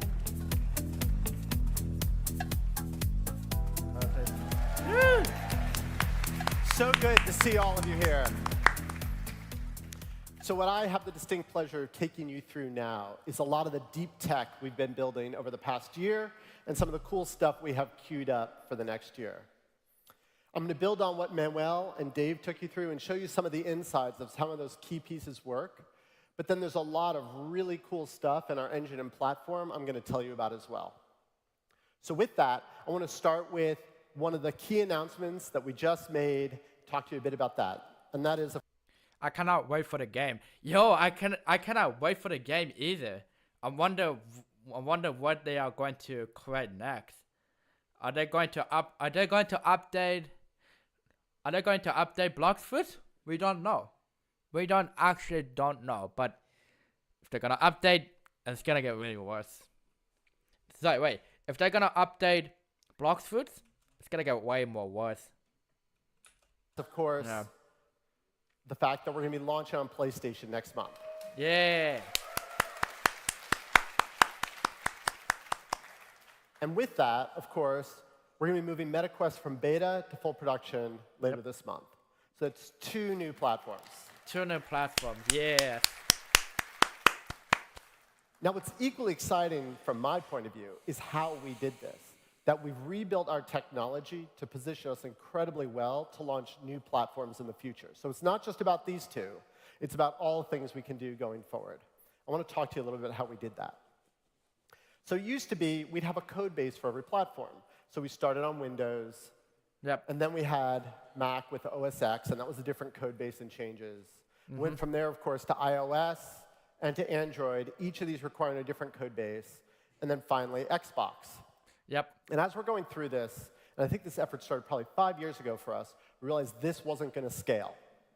You can't keep building platforms and expecting to maintain them all and move all the new features each time you have them on each one, because we get to 20 platforms. Imagine the craziness there, right? So how do we approach this? We thought, where can we find a platform that allows us to build our code once and run it anywhere? We thought about it, oh yeah, we know one of those. It's Roblox. Right? Yep. So we are now building what we call the universal app, exactly how you guys build your experiences. We build most of what we do in Luau, and we run it on our game engine. We have this idea of a C++ game engine that compiles in a pretty straightforward way onto any platform. But then we have these platform abstractions. And that's the key effort in supporting a new platform. But they're well-defined, and they're limited. Things like voice calling that we just enabled for Roblox Connect. But then everything else we do, think of the avatar editor, the marketplace, the homepage, that's all Luau code. So that can just directly follow as soon as we do this porting. It also has the other big advantage that these platform abstractions, in some cases, make a lot of sense for the whole community to use. So again, like voice calling. So when we build these out, we can just expose them to you to use through your experience code as well. It all works out really well. The result is that we end up with now 7 platforms, and we can keep growing. Now, there's one catch in all of this. There's a little bit of a difference between a phone and a console. On a phone, we have a small screen. It's all touch, UX. And then if you think about something like Xbox, you have this big screen. It's away from the user using a gamepad. So we had to account for that. We can't have one user experience fits all. But we made this move where we said, we're not going to build this in our code like, well, if it's an iPhone, do this. If it's Xbox, do the other. But instead, we said, let's have these characteristics. We'll have the idea of a small screen, a big screen, a gamepad, a touch control. And that will allow us to mix and match, and also allows us to really position ourselves for the future. So this gets us to 7 different platforms today: Android and iOS, Mac OS, Windows OS, Xbox, MetaQuest, and of course, PlayStation. And by the way, as an aside here, it was a straightforward port for us to get earlier this year. this running on native Mac hardware as well. But then now we're looking at the future, and we're seeing a possible explosion in devices with VR and AR, and we feel very well prepared to take us wherever that journey goes. Next, I want to take you through some of the cool tech behind our avatars. You saw a lot from Dave and Manuel about avatars, and it's all about choice and flexibility. Yeah. You can see here I have 4 avatars that I tend to use on the platform, and they're all somewhat different. Depends on the mood I'm in. And that's the choice we want every user on the platform to have. But the question is, how do we get there? How do we enable all this tech to happen? And it starts with how do we enable you as a creator community to bring all sorts of cool avatars to the platform for our users to use. So I'm going to walk you through kind of those steps and some of the innovations we've made here just in the past year, and some things that are coming as well. So you can be in Blender, you can build a body, right? And there's a step here I'm going to skip and come back to, but you can try it out with, say, some clothing, but now you want to bring it into Roblox. And in the past, when you did that, you didn't quite know how things were going to perform. So you can save this file, and you can import it. And by the way, now we support GLTF, yet another standard for us to be able to load things with. It uploads into Roblox, and now you can bring it directly into an avatar preview. Yeah. Right? And here you can try out facial expressions, you can try out layered clothing, you can try out accessories, all within this previewer, so you know this creation actually works. You can even try out emotes, as you can see here. Now, what was the step I skipped? Hidden in that very quick video was the fact that you have to worry about skinning, and you have to worry about caging, and you have to worry about segmentation, a bunch of other things that have nothing to do with the actual image you're creating or the avatar you're creating, but how they work on Roblox. And so I'm really excited to announce that over the course of next year, we're going to be deploying ML tools that take care of all of that for you. You're not going to have to worry about how you make a whole face be rigged or how a body moves. That's all going to be done by the ML under the covers, making this process so much faster. Yeah.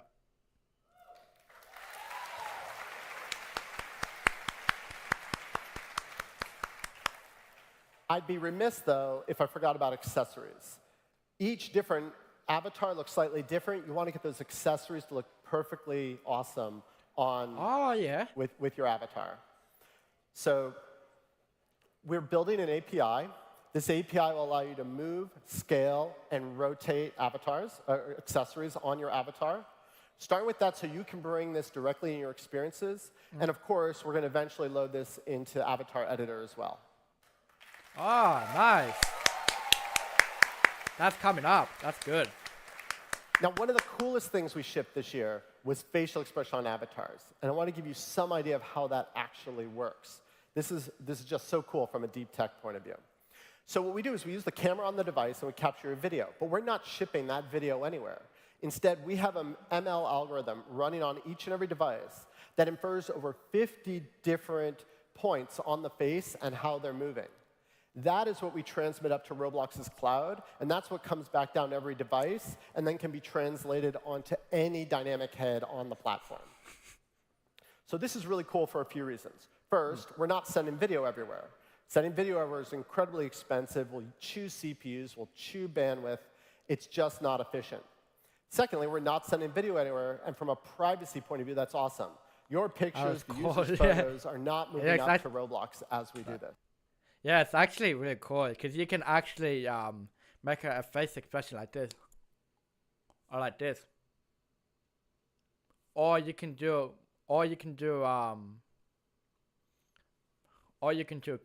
confuse. I can do it. I can do like everything. That they put it right there, but yeah, that's actually amazing. But then there's a third advantage, which is because we're using an ML algorithm, we can tune that algorithm based on device. On lower-end devices, we can tweak that algorithm down so it uses less battery, but you still get reasonably good facial expression.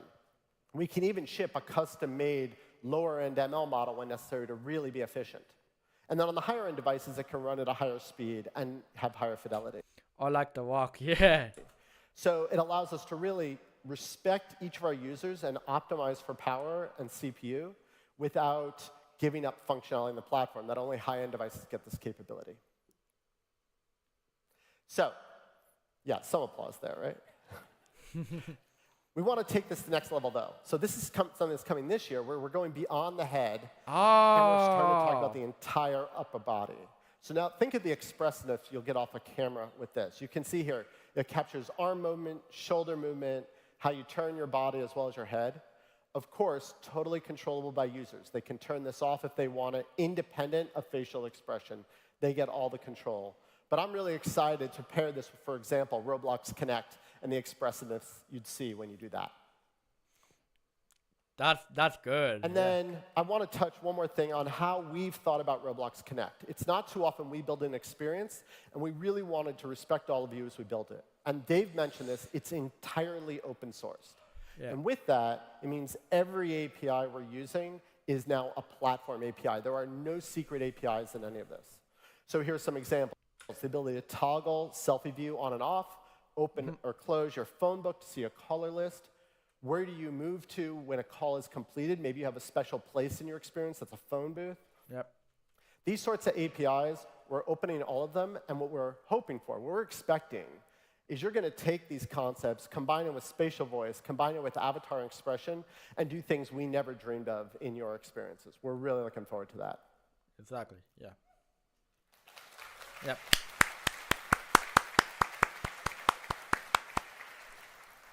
So I've walked us through some of the tech behind some of the announcements you heard already. But I know what you're all really here for. You're here because you want to hear, what are we doing to the engine and the platform that just make your experiences sing even more than they already do, make it easier to build those. So I'm going to take you through some of the cool stuff we're doing in the engine and the platform, and some of the new features you can expect to use in your experiences right away. I wanted to shout out to Voldex and Driving Empires for this awesome video, this awesome car here. I thought it was appropriate when we're talking about fidelity and performance, right? And also congratulate them. They've been nominated for a Roblox Innovation Award for Most Immersive Experience. Wow. Good luck on that.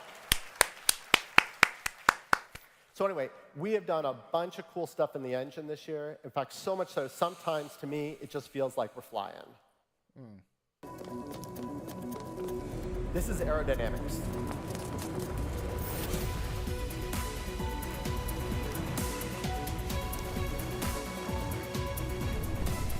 Oh. Aerodynamics.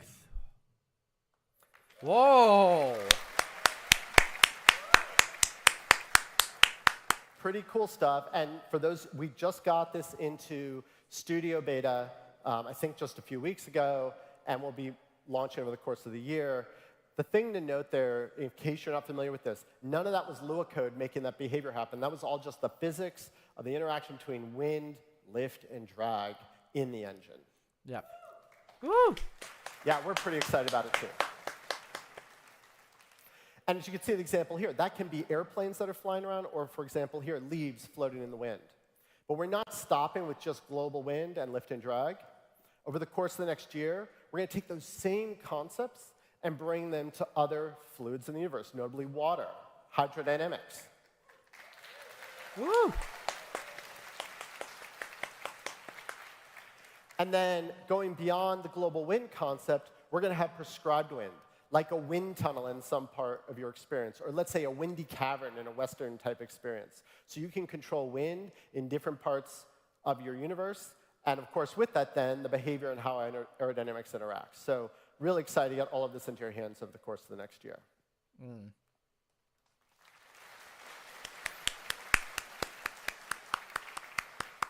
Now, you saw global wind and how leaves blow in the wind. Wouldn't it also be cool to have grass blowing in the wind too, right? So our engineers have been working on it, and even though some say watching grass grow can be incredibly boring, I've been eager to inspect their progress really closely. Yeah.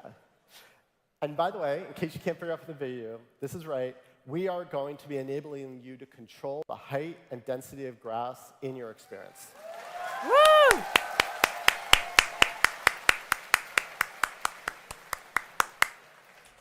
There it is. Now you can actually touch the grass in that game. Now you don't have to worry about going outside and touch the grass. Because you can now touch the grass in Roblox game. This is something you all been asking for. We're so happy to deliver it. As you can see, on this one, I've really gotten into the reads. Now, more seriously, this is how what's going to look like. And this is going to be available in the next month or so. You can see the grass blowing in the wind. You can see size changing. This is initially going to be a non-scriptable property in Roblox Studio. And over time, I'll open it up as an open API that you can control. So I know this is a big deal for a lot of you. The number of times I walked around this event and heard people talk to me about grass height and control over that. Yep. You don't actually have to touch the grass outside. You can actually touch the grass in game. I'm so excited to finally be getting this out to you. Now, I've shown you a bunch of really cool graphic stuff, but an equally important part of any experience is what does it sound like? So I want to talk a little bit about what we're doing in audio. And that is we're launching a new audio API soon. And this is going to take a concept of having emitters and listeners and be able to wire together and do all sorts of cool things. I'll give you a quick, take a listen here. More to hear than to see. It's fully spatial, so as you move around in your world, it's integrated with spatial voice. Ah, yeah. You can see that microphone picks up from the other speaker. You can start thinking of doing things like bugs in a spy experience, walkie-talkies, all sorts of things are possible. And you'll have a full suite of effects that you can put on any of the sound, like a guitar pedal or a DSP effect. There'll also be customizable sound flows, so for places where you don't want spatial and you want just direct connections for non-spatial communication, you'll be able to do that too. So really excited about how this is going to bring all these experiences even more to life. This is good. So now they add an audio player, so that's a good update. We're not going to stop with audio, though. We've also been working on video. So I'm excited to say, coming soon, we will have short-form video available on the platform for all creators who are 13 and over and ID verified. It's going to be limited to 30 seconds. Yep. 30-second videos, up to 3 uploads a month. Of course, we have a rigorous safety and vetting process behind all of this. And as we all get more comfortable with this on the platform, we'll open it up and be able to have less restrictions. But we have a few cool ideas of things you can do. You can do things like tutorials with this. You can do cutscenes. Had to let that play, right? Even just background detail. In fact, the Roblox Career Center, which is something we built to do recruiting at Roblox, uses these videos extensively. So this is all going to be coming to you. We're really excited about it, and I expect you'll find all sorts of amazing ways to use video on the platform. Yep.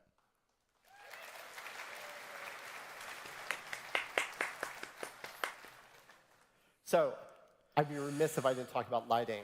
We've been on a lighting journey for a few years, and we've continued to make some incredible progress. Our high-end lighting for high-end devices continues to be awesome.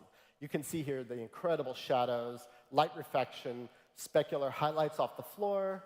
I kind of wonder what the specular highlights off my head would look like. Right? But really just incredible. And it's in the past been available on Mac and PC and consoles and then iPhone. I'm really excited we're going to be bringing this to high-end Android devices as well.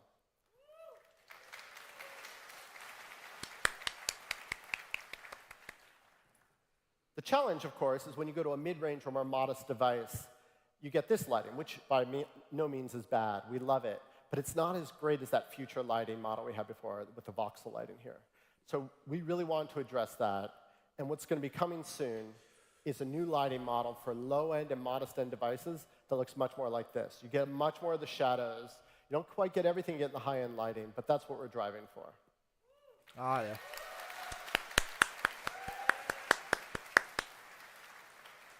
And here, just so you can see, these are the two side by side. You can see a little bit more effect in the high-end lighting, but just I think that the new future voxel model looks really, really Yeah, slick. I could see it, yeah. What do you guys think? I should see the difference, yeah. So you'll see a general theme here. We want to make sure everything works great on high-end devices, but then really well on any device. That's a big part of what your users need and what we promise to you as a platform, so you don't have to modify for that. But I, therefore, want to get into one of the biggest things we've been doing that we think really enables devices everywhere and performance, which is streaming.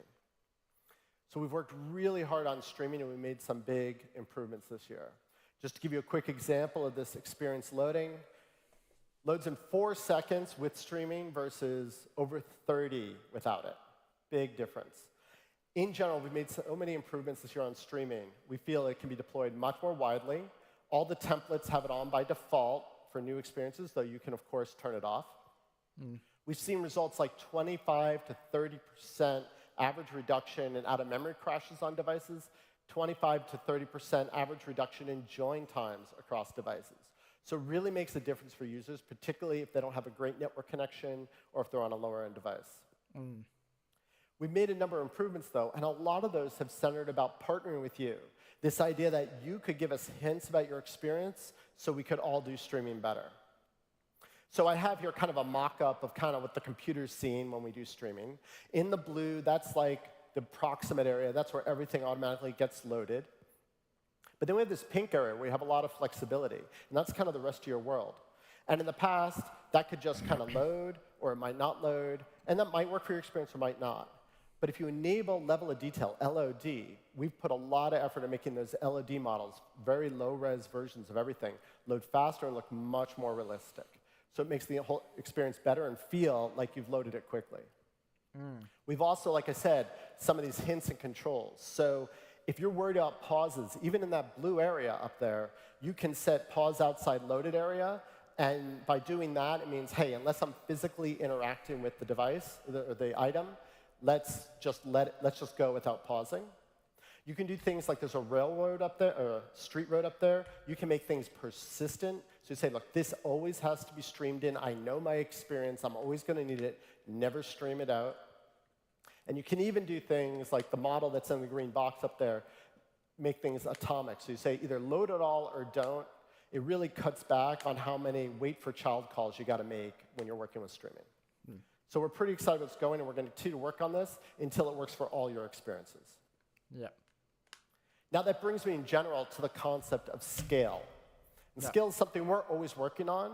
Hopefully you don't see any of it. You shouldn't have to worry about it, but I wanted to give you an update on where we're at. 2 years ago, we were at like 37,000 servers. We've grown that now to 135,000 servers in our Roblox cloud, supporting your experiences and all the users who come to them. Right? That's a lot of growth. That's about a 4x growth in servers over just the past 2 years. And it's not just servers are growing, but bandwidth has almost doubled over the same time period as well. So we're really continuing to make sure there's always the capacity to run your experiences and run them well so that you don't have to worry about that. But another big thing we've been focused on is reliability. No one's more bummed than we are when Roblox is down. We hear frustration from you guys as well. And we made some really big improvements over the past year. So just comparing the first 6 months of 2022 to the first 6 months of 2023, we used to be at 98.9% available. This year, it was 99.6% available. That's a 65% reduction in downtime, which is, just to put that in terms where you can understand better, about 125 million engagement hours each month that we're not losing.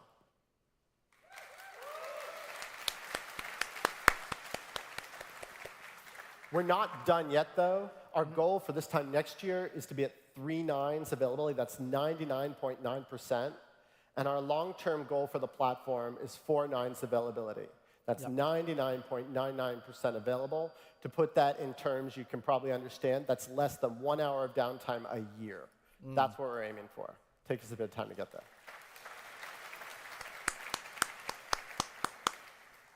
So how are we getting there? There's a lot of hard engineering, and I want to walk you through some of the really cool stuff we're doing on the back end to make this work. So we used to just have a single data center in Chicago, a big monolith, as we called it. We didn't want to be in that situation. We built 2 years ago a new data center in Ashburn that we can manually fall over to if the worst happens in Chicago. But this year, we've been focused on this really cool concept we call cells, cellular data centers. This is where we take each of these data centers and we kind of break them into autonomous units that fail independently, and we can stripe all our back-end services across cells. I'm really excited that our top 20 services by capacity are all already on cells, and we're working on the rest. And then over the course of 24, our focus shifts to what we're calling active data centers. This is where we have multiple data centers in different parts of the country, all working together. So if we lose one or part of one, we can fail over to the others seamlessly with no manual intervention. Now, all that can sound kind of complex. And I think the best point of all of this is you actually don't need to worry about any of it. You build experiences the way you've always built experiences, and these reliability improvements are just going on in the background. And that is very different than folks who are building custom backends on other platforms and having to spend a lot of time building this availability into their systems as they get to scale. OK, so now I do want to talk about safety and civility. This is just so important to the platform, at least it is to me. You guys all agree, like, safety is what separates us, right? From, like, the chaos that is the rest of the internet, right? So we've been working hard on this on two fronts. First, as you'll see, we've been pushing the envelope on what the leading edge tech in the world is around how to make environments safe and civil. But also, we've started a new set of efforts around how do we partner better with you so that we can have... I was watching YouTube on my phone, so sorry if I cannot talk to you late. Cannot talk to you lately on the chat. Oh yeah, that's fine, absolutely. Yeah, that's fine with it. I totally accepted what you're trying to say. That's right. That's fine. Have tools that enable us to work together on moderation, safety, civility within an experience. It's something I've heard from a lot of you that you want to be able to do. So I'm going to take you through some of that. But first, since we were just talking about reliability, I have to say it's not too often when a team comes to me and say, hey, we've broken everything, I actually smile. But that's what we did this year with what we did with exploits. We broke all the exploits on Windows with the rollout of our new Hyperion technology.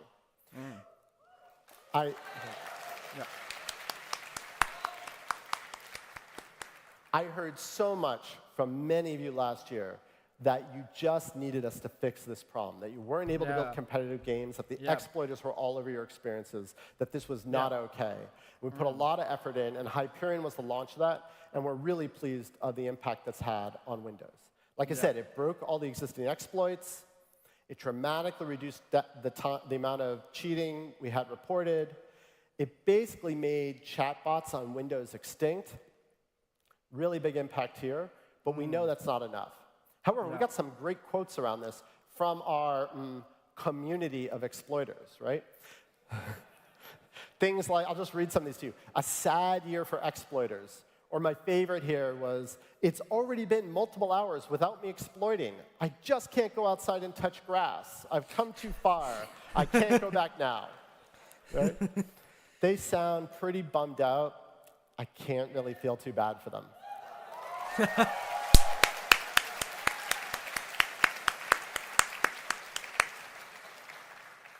We're not stopping there, though.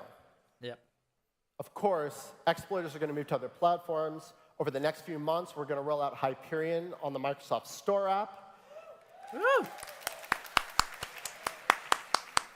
And we're starting to take on Android as the next big platform for this, starting to move those capabilities over, detecting modified binaries, obscuring security code within the app.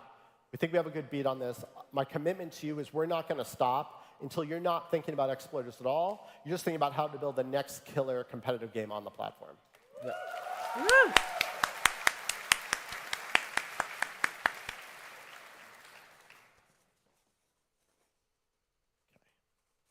There's another area that's come up this year that we're also very focused on. I want to give you an update on, and that's DDoS.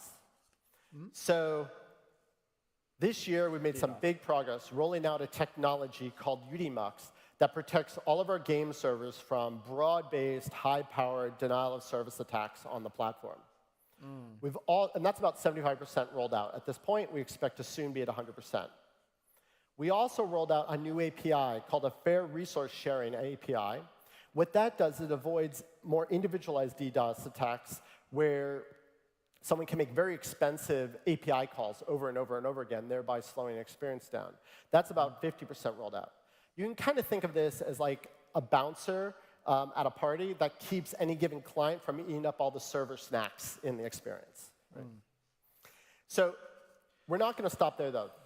the folks who are trying to do this, they continue to innovate, and so are we. Our teams are actively at work. In fact, there were changes rolling out yesterday, probably even this morning, a little bit risky, to continue to push on this DDoS issue. Yeah. And my commitment again to you is we're not going to stop until these guys are a thing of the past.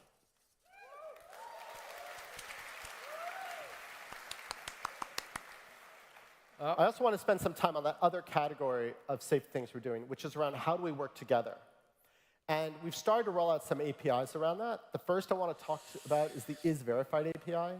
This allows you, in your experience, to understand if a user is either phone or ID verified. Yeah. You can see here a great experience from Sketchy Laboratories called Boxing Beta. And they kind of use that to highlight this check mark. Yeah, right? Oh, yeah. Round for Boxing Beta.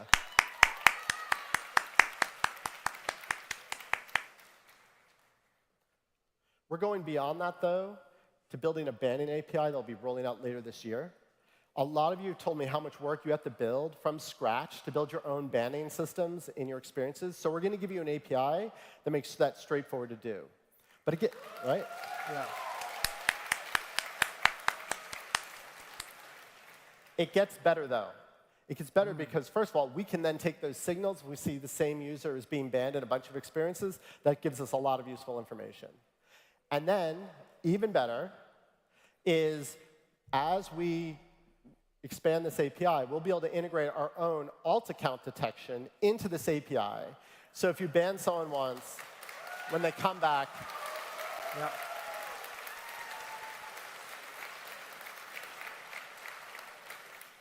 Or better put, they're not coming back, right?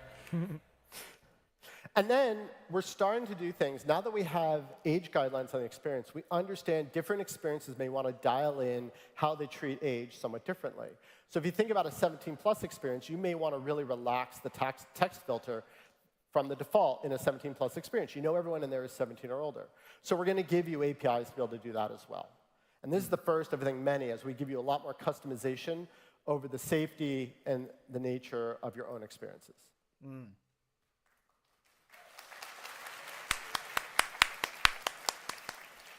Now, we're talking about text, but one of our biggest launches this year was around voice. Mm-hmm. Voice poses some really, let's say, interesting moderation challenges. That's right. And it's something we started working on earlier this year, is we realized we had to do something that had never been done before. It's a fun discussion that I have with an engineer team. I say, we need to build something like this. And they go, it can't be done. I say, we need to build something like this, back and forth. Well, we did build it, and I'm really proud of the team on this. I'm going to give you a quick demo. Now, just so you know, I know you're all really sensitive. So we really kind of tuned up the gain on the filtering here. The beeping you hear also wouldn't occur in a real experience. It's there to protect your ears. But it gives you an idea of what this is all about and how we're doing voice moderation. Hmm. Oh, where did our friends go? Oh. Wow. Yeah, so the first experimental rollout of this technology is going to be in English.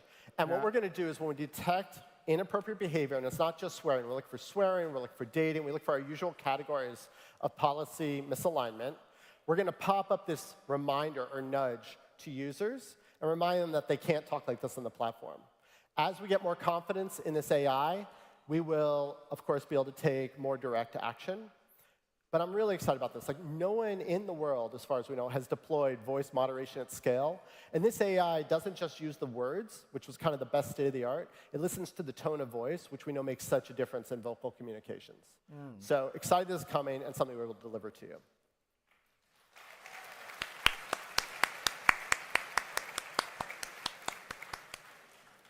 And now, the last thing I want to talk about, a lot of this was enabled, the voice moderation, through advances in artificial intelligence. And we've been focused on that in particular around generative AIs.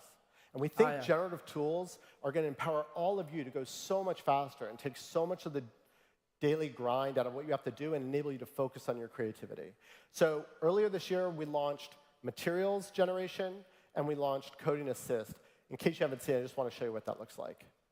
So here, we're modifying the card just with English prompts. And we're building some really sick material. I should talk about that video on my channel. If you wanna get if you guys want to check it out, you can check it out in here. Materials with that would take forever to build. These are not out of any catalog. They're being generated on the fly. You can also, through text, English text, start to give behavior, like here, how headlights should work on the car, enabling that without any direct coding. And you can go beyond that to talk about the world as well, so maybe changing the weather and experience, again, just with a set of English prompts and having that translated just in a code.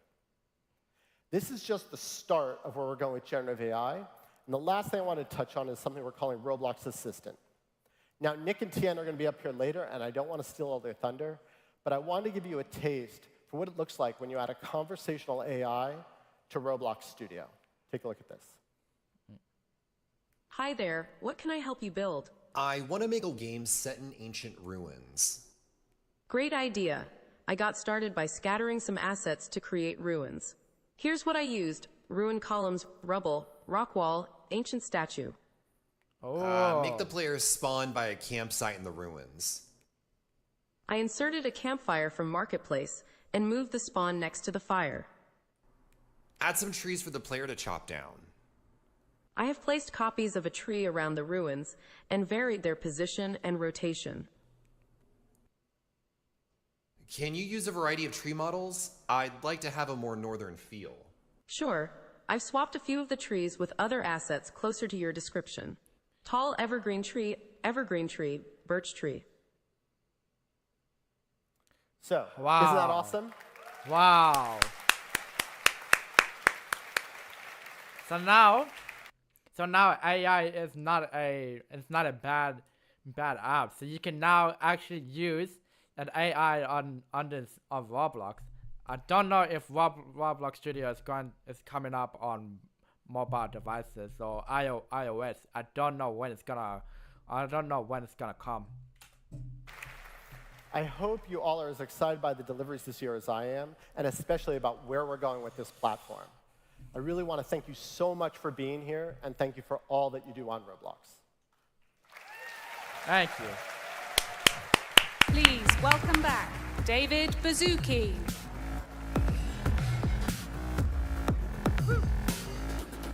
Yay! Okay, we're getting close. For those of you that have been here before, you may be thinking there's one more thing we're going to touch on, but before we do that, I just want to highlight what Dan said about civility on our platform. It really is the foundation of everything we do. And when Roblox was small and there were 4 of us, within a month of launching, all 4 of us were acting as moderators on the platform. So we have a lot of empathy for how important this is. And look at where it's brought us, right? This most amazingly civil platform. We have a really amazing vision for this, whether it's safety and civility around private one-on-one conversations, whether it's safety and civility about big outdoor spaces. What you're going to see from us is a very flexible, adaptable safety and civility structure that handles all of this. Quick highlight on 3 directions we're going. The first is we want each of you to be able to instill the policies of your own experience. And that means in addition to Roblox-wide policy, I sometimes talk about if I was making a mermaid experience, I might say no one can make fun of mermaids, okay? And we would allow you to make that part of your policy in written text. The second is, just as we talked about avatars and having you create them, more and more, and also like our analytics tools, we want you to help manage your community if you want to. That includes customer service, that includes moderation. So we're going to be making that available to you. And then the more ML we have, and ultimately ML as a service, ML as something that can support safety, we want you to be able to tap into that to build and run your community. Okay, so it's been an amazing morning, but we have one last thing we've got to do here. And it seems like 20 years ago, but it was only 5 years ago where we came up with the idea of we're going to make 5-year predictions, and we were going to make them so ridiculously ambitious that each one of them at the time seemed impossible.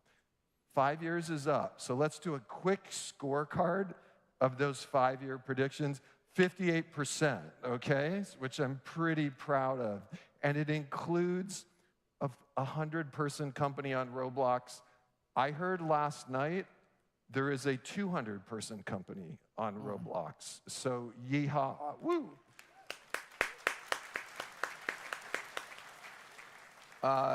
It seemed ridiculous to imagine a developer making $50 million a year. We shared some of that. That has happened, and many more things. So 58% actually feels just about right. It's aggressive. We hit about 6 out of 10, and it's a very special RDC because it's time for new predictions, okay? Woo! Yeah. Woo! Right, now let's have a look in here. Predictions, okay? Woo! So 2018 predictions. So no country with more than 50% of the top developers. 1 million concurrency in a Roblox game. A major brand releases a game to Roblox as the primary platform. More than 50 million people will learn to code on Roblox. 100K people will watch a Roblox game stream 3D. The Roblox developer earns $50 million in 1 year. 100-person company is developing on Roblox. The president of the USA was mentioned on the Roblox avatar on camera. But Tesla will use Roblox developers in some promotional efforts. Okay. Well, I don't know. These predictions are all supported by you. You have been powering these predictions, and the creative community on Roblox has been the engine that's driven these. So knowing now the power of our creative community, we can supercharge our next 5-year predictions. Okay, here they are. Do any of you remember Dave Letterman? Okay, number 10. A Fortune 500 company will use a Roblox experience as part of their recruiting process, okay? This is mind-blowing because it goes to the notion that Roblox is a utility platform. We're introducing OAuth. We're introducing ways for companies to log in. We're introducing ways for educational institutions to log in. So this really stretches the platform nature that one product can do this. Next up, a school will integrate a full K through 12 curriculum with Roblox, including language classes and virtual field trips, and we'll see this in 5 years. We have already seen start of the K-12 curriculum start to roll out. The better we get at voice, the better we get at automatic language processing. That view that a school in the United States might have a partner school in Argentina and they can go hang out there using voice translation. Wow. We're pretty sure this is going to happen. Number 8. Now, there's a lot of caveats here, so let's not go crazy, okay? So notice double caveat. 17 plus verified with photo ID in 17 plus experience, but we do believe there's enormous population where traditional ways of meeting are scary, awkward, and ultimately we think 3D simulated meeting, I'm not going to use the D word, but subsequently real-life relationships is going to happen, okay? And we're going to build a platform to support that. Number 7, in 5 years, inside Roblox, we will spend more time doing meetings in Roblox than with video. Yep, that time has come. Yep, that time has come. Dating, well, it's gonna get an online dating, but yep, I don't know. It's not my rule. It's not the government rules. It's their rule. I didn't make that rule, It's crazy, bro. Video on Mondays and Fridays when we're not in the office. We're already prototyping this. I already do some of my meetings with Roblox, avatar animation, and video. By that time, of course, we'll have interactive whiteboards. By that time, of course, we will have screen sharing. And by that time, meetings of 5 or 6 people are going to seem infinitely more connected than 5 panels on my screen. Body language, audio, eye tracking, what everyone's doing. Number 6. 6? We'll share a universal civility metric, kind of like Gallup or something like this.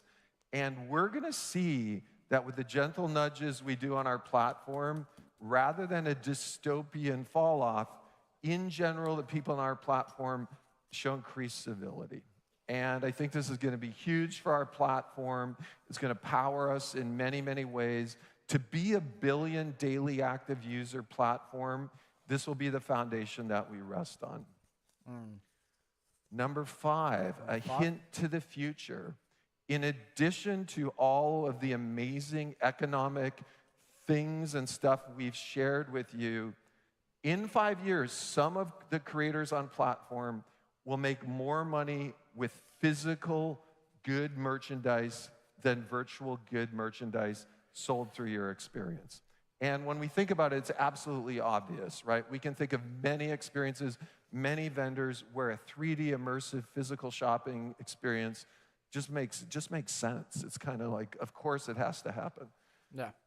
Okay, so leading up to number 4, there's 4, I have a family, there's 4 Bazooki siblings.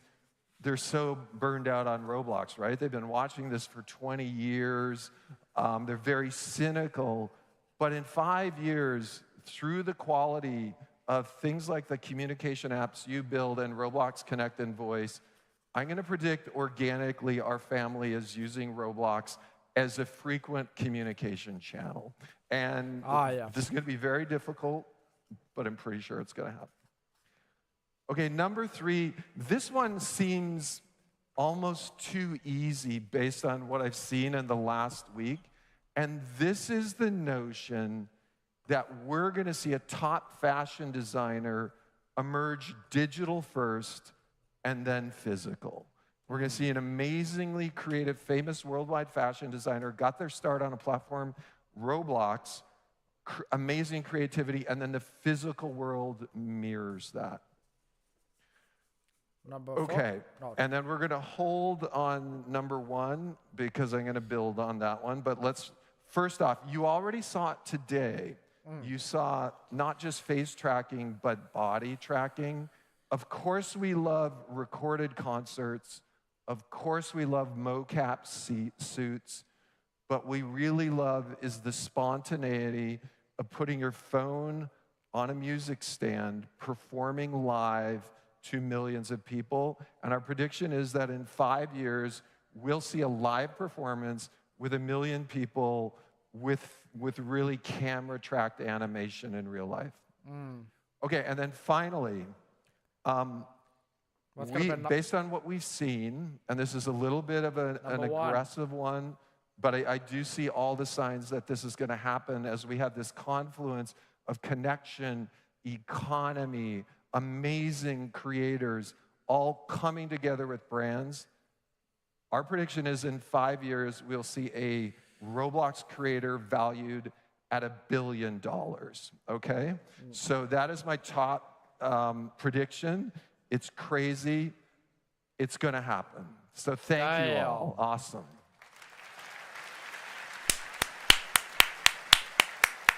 $1 billion. Over 1 billion. Sorry.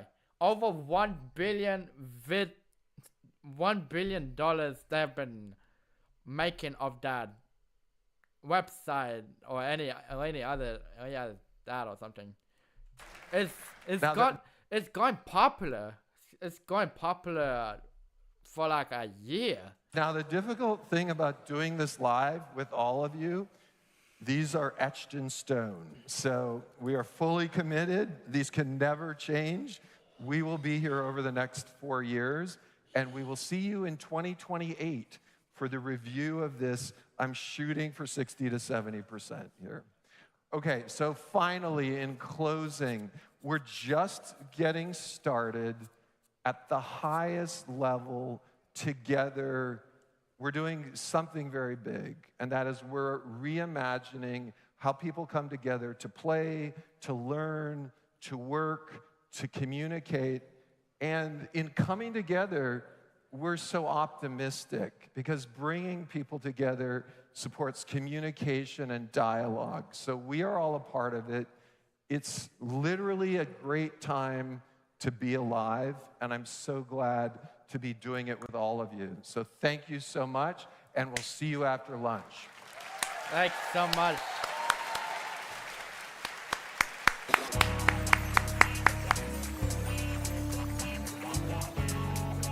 But this is not the end. This is not the end. So they're gonna take a break. So yeah, so they're gonna actually take a break for a while. Yes, because as you can see right here, what it says. Yeah, the stream will begin shortly. So they are going to take a break for a while. So I'm just gonna scroll in here. I'm gonna scroll so we can continue watching it. Yeah, we'll be back shortly. Yep.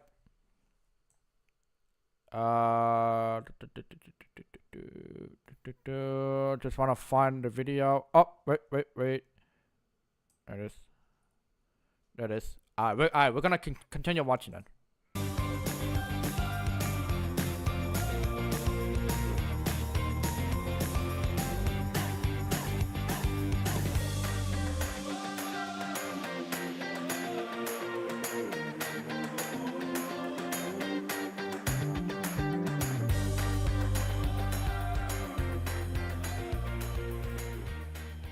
Please welcome Roblox Vice President of Engineering, Creator, Nick Torno, and Vice President of Product Creator, Tien Lim. Perfect.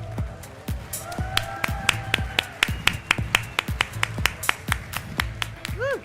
Hello, RDC. I'm Nick, and I lead engineering for the Creator Group. And I'm Tien. I lead product for the Creator Group. The Creator Group is all about helping you, our creators, succeed and thrive on the platform. We work across all the other groups at Roblox to champion for and optimize for your needs.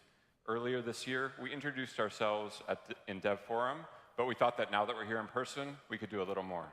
A lot more. So if any of these logos or products look familiar to you, we may have had a little hand in building some of these. We may not look it, but we've actually been around a few blocks helping creators across to the GameCube. Apps, games, movies, TV, social media. My first job was on the Nintendo GameCube, and I was one of the first platform devs. Yeah. Platform devs, and I was working on the forums, and I was working closely with all the developers. I had long hair back then. I was contributing code to classics like Metroid and Resident Evil. It was pretty epic. Wait, you had long hair? You're asking me this now at RDC? You It's really want to see important. it? It seems important. You guys want to see it? Okay, Yeah. There you go. It's there.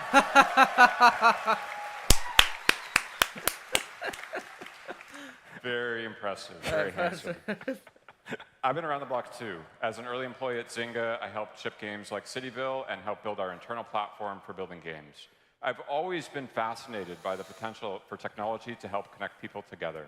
And at Twitter after that, I saw firsthand how technology can help people share their story and learn and grow together. But I think I can safely say that we've never quite encountered a community quite like you. You are also passionate, creative, vocal, yeah? But most importantly, and more than any other place that we've ever been, this is a real community. You can feel it in the air here at RDC, and it's this community that's going to power Roblox to achieve its vision. If we're going to connect 1 billion people with optimism and civility, it's only going to happen with your creativity and help. If we're going to connect 1 billion people with optimism and civility, it's only going to happen if we can model that aspiration right here in this room. And it's only going to happen if we enable you to enable anyone to create anything, anywhere. All right, we've decided to structure our talk today on a hierarchy of needs. It's based loosely on Maslow's hierarchy, but instead of air, water, food, and shelter, we're going to be talking about things that really matter to you. I think those things matter to them, too. No, that's a good point. Fair enough. Our creator's hierarchy of needs starts with the foundational things, like a platform that's secure, performant, stable, and reliable. That means we need to fix bugs, drive latencies down, and optimize our engine and infrastructure so it can scale as your games do on our platform. Next, it's about making sure that you can work the way you want to work. We're making our platform much more flexible, so you can work with your favorite tools. And we have some big news to share later on in this presentation. Finally, we want to accelerate creation. Roblox is already arguably the easiest place in the world to get your ideas into reality to share with the world. But we think we can go way further. Whether you're a novice or a pro, we've got some mind-blowing tools for you. So excited. Now, all of this is only going to be possible if we have the right relationship. It's a two-way street. We need each other for all of this. So that means we need two-way transparency, accountability, regular communication, and mutual empathy. Because in the end, we just want creation to be fun and inspiring. Yeah. So let's start at the base of the pyramid. One of the biggest pieces of feedback we've heard from you all is that we need to improve our core. Yeah. Now, we talk a lot about our amazing vision, but the reality is we actually probably spend most of our energy right here at the foundations of the platform. So let's start with the things that matter to you on a day-to-day basis, like bugs. Yep. So we've recently revamped our dev forum bug process. So every bug you file now has an owner. In April of this year, only 45% of bugs had an owner. But now 98% of them do.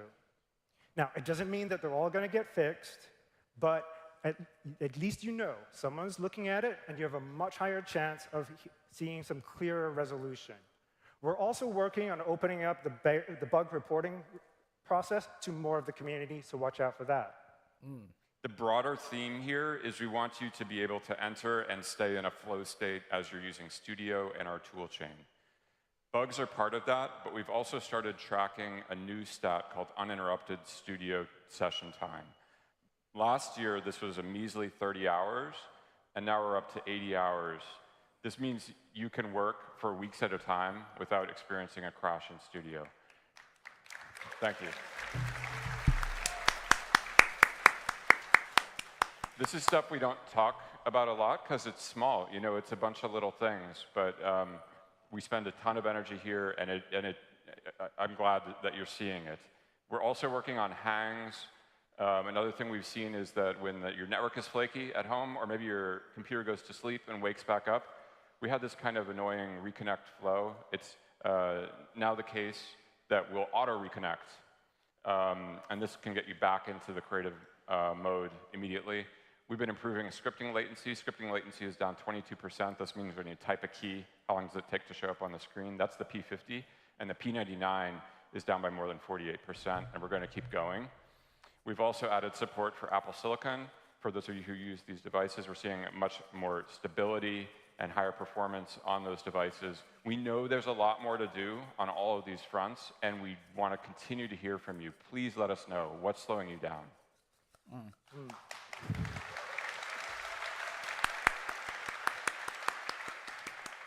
Oh, speaking about slowing down, let's talk about moderation for a second. It's how we try to ensure a safe and civil experience for our users, but we've learned that it can be a big part of your experience on the platform as well. So first, I thought I would give you a sense of the magnitude of the challenge here, because you all and your users are incredibly prolific. So every single day, you are uploading 2.5 million assets.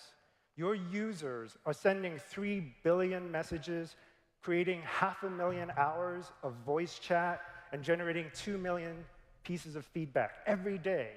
That's a lot of stuff. And I'm not even counting the experiences that you are publishing and updating. So, by the way, I'm pretty sure this is true, that the number of experiences uploaded or published every single day on Roblox is bigger than the total number of apps and games uploaded to the Apple Store and the Google Store combined. That's amazing. Yeah. That's a huge number. Massive So numbers, you can yeah. imagine how hard it is to moderate this ecosystem, but we know how irritating it can be if we get it wrong. So an example I saw recently, Nick, what would you call this asset? I'd call that Nick Bishop 123. Bad news, man. I'm pretty sure you would get rejected. Because up until recently, we actually blocked the string Bishop because it could have been a name, like you know, the android in that classic movie Aliens. Wow, nobody got that one.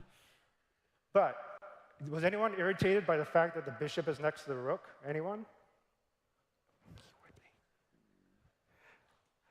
So anyway, we have revised our text filters and dramatically reduced the number of assets being flagged and the number of incorrect bans as a result.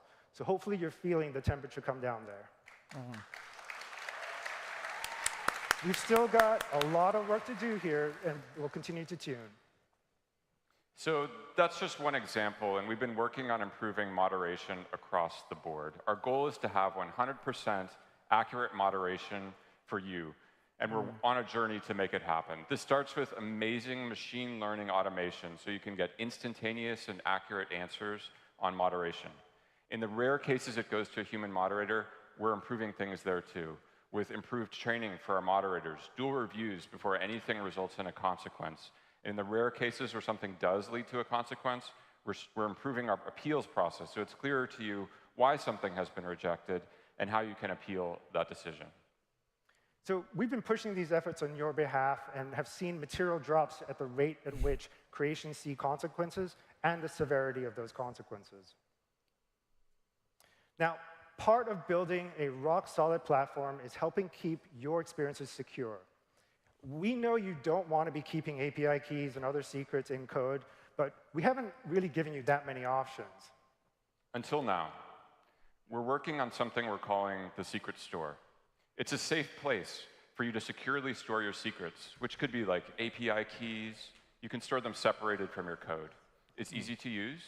You set your secrets in Creator Hub or through our Open Cloud APIs, and then you can refer to them in code with a reference key. And this will be available later this year.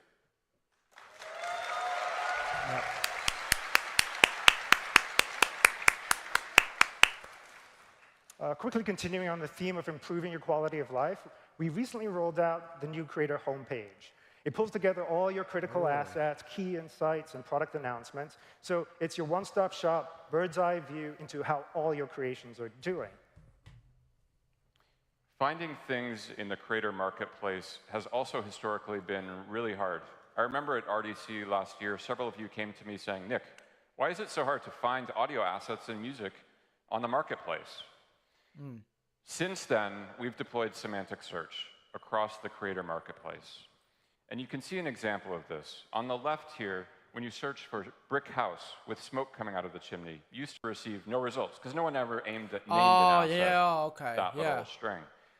With semantic search, we actually grok. We understand what these assets are. And now when you search for the same string, you get back all these wonderful creations that you all have made. And we're seeing this for audio too. We're seeing more insertions into your experiences. It's making them richer, and there's much more to come here. Now, before we continue up this pyramid, let's take a little detour to discuss how we get to the top. And that's about the relationship you have with Roblox. So your relationship with Roblox might be 6 years old like mine, or 16, 17 years for some of you. That is a long time. And those kinds of relationships evolve, but the way they stay strong is with transparency, accountability, communication, and mutual empathy. We're trying to keep up our end of the bargain. It's why we started the roadmap, to give you more visibility and insight into what we're doing, and why we've been advocating internally to make sure that your needs and points of view are being heard across the whole company. The thing we ask from you is just to assume good intent. There's a lot of historical stuff that you have a lot more context on than we do. There are probably things we'll be talking about that you'll be wondering, why is Roblox quiet on all these things that have been bugging me for years? We want to make sure Roblox is not quiet. So if we are being quiet on something, there's probably a reasonable reason behind it. We're always trying to do things the right way, the principled way that's forwards and backwards compatible. Sometimes doing things the right way involves navigating really complex legal or regulatory things. That makes things hard to talk about. That said, we never want you to stop speaking your mind. Let us know if you think we're on the wrong path. But again, please assume good intent. We're co-building this platform together. And that doesn't mean we're always going to agree on everything all the time. But that's OK. What's important is that we share our points of view with respect, we listen to each other, and we really try to understand each other. And so all we ask of you is that you trust that we're headed in the same direction, striving for the same goals. OK, let's get back to transparency and accountability. So as Nick said, it kind of starts with the roadmap. It's a living document. We're going to keep posting periodic updates and hosting AMAs every now and then. I think we're up next month for an AMA. Hope I didn't surprise you with that. But stay tuned. The roadmap will be updated, and you'll be seeing some new updates from today and maybe a few other surprises. So we're always looking for new ways to engage with you, but we also want to help you all engage with one another. You all have amazing learnings, amazing knowledge, and we want to make it easier for you to share those learnings with one another, to learn from each other. This is why we relaunched Creator Events. It's a way for you to learn from each other by watching live virtual events and an opportunity to host virtual events yourself. So as part of Creator Events, in July of this year, we put on an event called Roblox Connect. It's a global creator conference driven by you, the community. This year, you all hosted 29 online workshops in 9 different languages with live translation support. It covered topics from design, development, to accessibility. Most of those workshops were not in English. And as a result, over 12,000 creators participated. That's amazing. That's 10 times the size of this room. And you all made that happen. Thank you so much.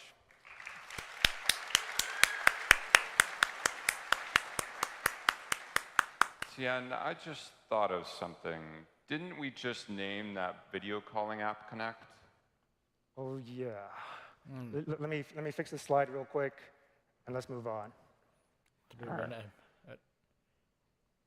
OK, how else can we make it easier for y'all to help each other? How about those docs you've been complaining about and itching to fix? Just last week, we open sourced our docs. Ooh.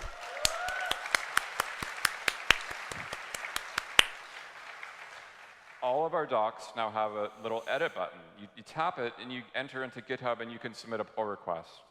This is a way for y'all to share tidbits of knowledge, gems of information you've picked up through the Roblox School of Hard Knocks.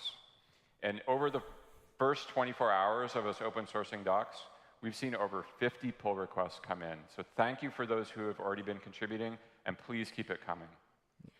I actually took a quick look at those pull requests, and I was really impressed. It wasn't just the grammar police. There was actual, real, useful, helpful stuff in there. All due respect to the grammar police, I'm probably one of them. All right, let's get back to walking up this pyramid. One of the biggest pieces of feedback we've heard from you is that you want to work the way you want to. You want to use your favorite tools for the job, whether that's scripting, modeling, or avatar creation. We've got you covered. Now, about 3 months ago, we made it so anyone could make their own OAuth applications. This enables external websites and other pieces of software to log in with your Roblox identity. As of last week, we've seen more than 2,000 OAuth apps created for the platform. And now, some of you might be wondering why you might care. Well, let's talk about that. As many of you already know, GLTF has become one of the most popular 3D objects in the world. Back in June, we launched support for GLTF in Studio, particularly around meshes and PBR textures. And just earlier this week, we extended that support to rigged models, skinning, and animation. With these updates, you can now import pretty much anything on the planet into Roblox. You can populate your worlds with the most fantastic things you can imagine. We also know a lot of you like to use Blender to create your assets and to design items. So we recently launched an open source Blender add-on where you can provide your Roblox credentials to Blender, and we'll be able to link your Blender meshes and models and update them automatically in Studio. And we open source this because it's a pretty obvious use of OpenCloud, and we want you to surprise us with even more innovative applications. Now, Manuel already showed a slide of some of the wonderful avatars that you've been submitting, but Nick and I thought we should put our own version of that up there as well and pick some of our favorites. So I'm being honest. The snail just speaks to me. Thank you, whoever made that. And Nick, I'm pretty sure that teddy bear is your avatar? Yeah, I'm just a big teddy bear. That's me, on the inside. Anyways, we're super excited about what you're all going to make. I think I'd like to see generally a little more gender inclusion, some diversity, and some realistic avatars. Now, maybe that sounds weird coming from a snail and a teddy bear, but we switched things up quite a bit.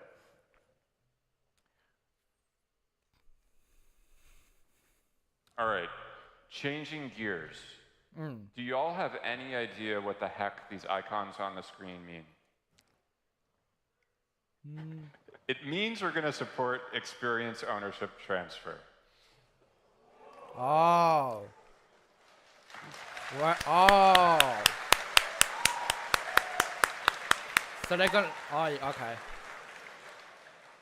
One of the amazing things about Roblox is you never know when an experience you're just tinkering on and doing in your spare time is going to take off, and you're going to need a whole group of people working on it. And we also know we've never really provided you a way to transfer that experience to a group.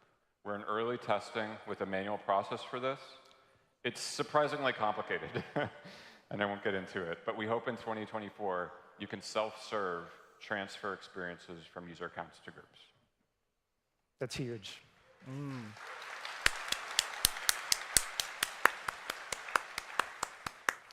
So we're also working to make it easier for you to collaborate in real time. So here you can see what your team is, we hope towards early 2024, you'll be able to see more of what your team is doing in both 3D and in script. So what you're seeing in this animation is someone flying to a user, another team member, whether they're in 3D or in script land, and with the new activity history feature coming in soon, you'll have better situational awareness about what your team is doing or has recently done. Okay, Tien, this is a big one. One thing you all have been asking about is supporting external scripting tools and version control systems. It even came up during Dan and Manuel's AMA in June, and Dan committed to giving y'all an update at RDC. Okay, Nick, it's RDC. What's going on?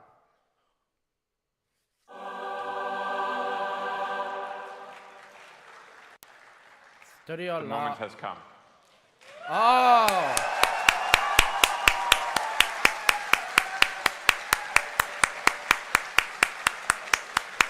Wait, so the...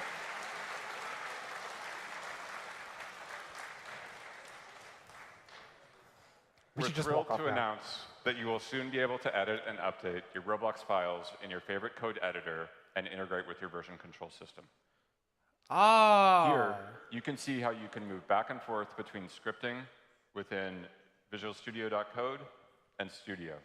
This is possible because OpenCloud will be giving you the ability to update scripts. And this is not the end state. We expect OpenCloud will be able to update any aspect of your experience. So that's huge. Wow.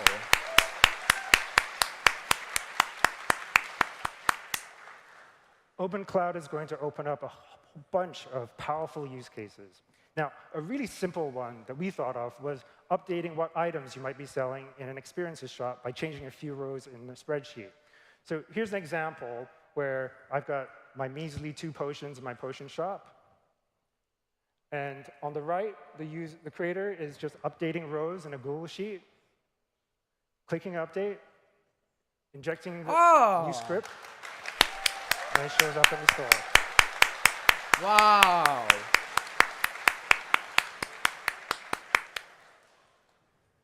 All right, let's That's keep marching up this pyramid. That's actually a huge update. Cause what I understand about this live stream here, they've been really worried about what was going on in the, like they've been worried about what was going on with the app, with the etc. What was going on happening, and cause here's my point. Cause actually, they actually been worried about they can't even update the game. They can't even do anything. So that's why they just add the extension, or they added an app, and I can't remember the name. So that's actually a good update for it right here on that live stream. And now we're going to switch gears to some of the more innovative parts of what we've been working on. We want to help you get your ideas into reality faster. And one of the major ways we see this happening is through use of generative AI. Creators will use solutions to craft and realize their ideas faster than ever before. Dan already gave you a little preview. He stole our thunder a little bit. Totally. But we're going to give you a little preview of what we've been working on, and we have more to show. So we have been seeing all the clever and unique ways that you've already been using AI to assist the creative process. So the creators at OffPath, anybody here, created AI Outfit Creator, where you can easily equip yourselves with an AI-generated wardrobe like Pirate Zombie or Surfer, Ice Cream Surfer. Ice Cream Surfer, that's a great one. I like it too. And the creators of Frontlines have been using Gen AI to prototype new art styles and new concepts and PBR surface materials. And you're going to be seeing some of the results of that in their next big update. So earlier this year, we've already rolled out a couple generative AI features with Code Assist and Material Generator. And we've been seeing the people who use these tools are more productive. Compared to our previous autocomplete solution, those who use Code Assist are inserting twice as much code into their experiences. That means they're getting double the amount of generated code, and their experiences are getting richer. We're improving the quality of our suggestions, but we're already up to a 28% acceptance rate on those generated pieces of code. That's pretty high. It's going to get better and better. And lastly, we see the same thing with Material Generator. We've seen more than a 50% increase in the percentage, or the number of users, or the number of users using material variants within the beta compared with those not in the beta. And I feel like I've already seen this on Roblox just as a player. Our experiences are getting so much more vibrant. A lot shinier. Now, Dan teased it, but we're excited to announce that in a couple of months, we're going to be rolling out Assistant. Assistant is a conversational AI that will empower you to find answers, explain, debug, and iterate on code, and even build whole experiences more easily. Before we get into all the cool stuff, we want to really directly address some key concerns we're hearing from you. What data will we use to train our models? And will it be opt-in or opt-out by design? We want to be extremely clear. Roblox will not use any of your experience data without your permission. Yep.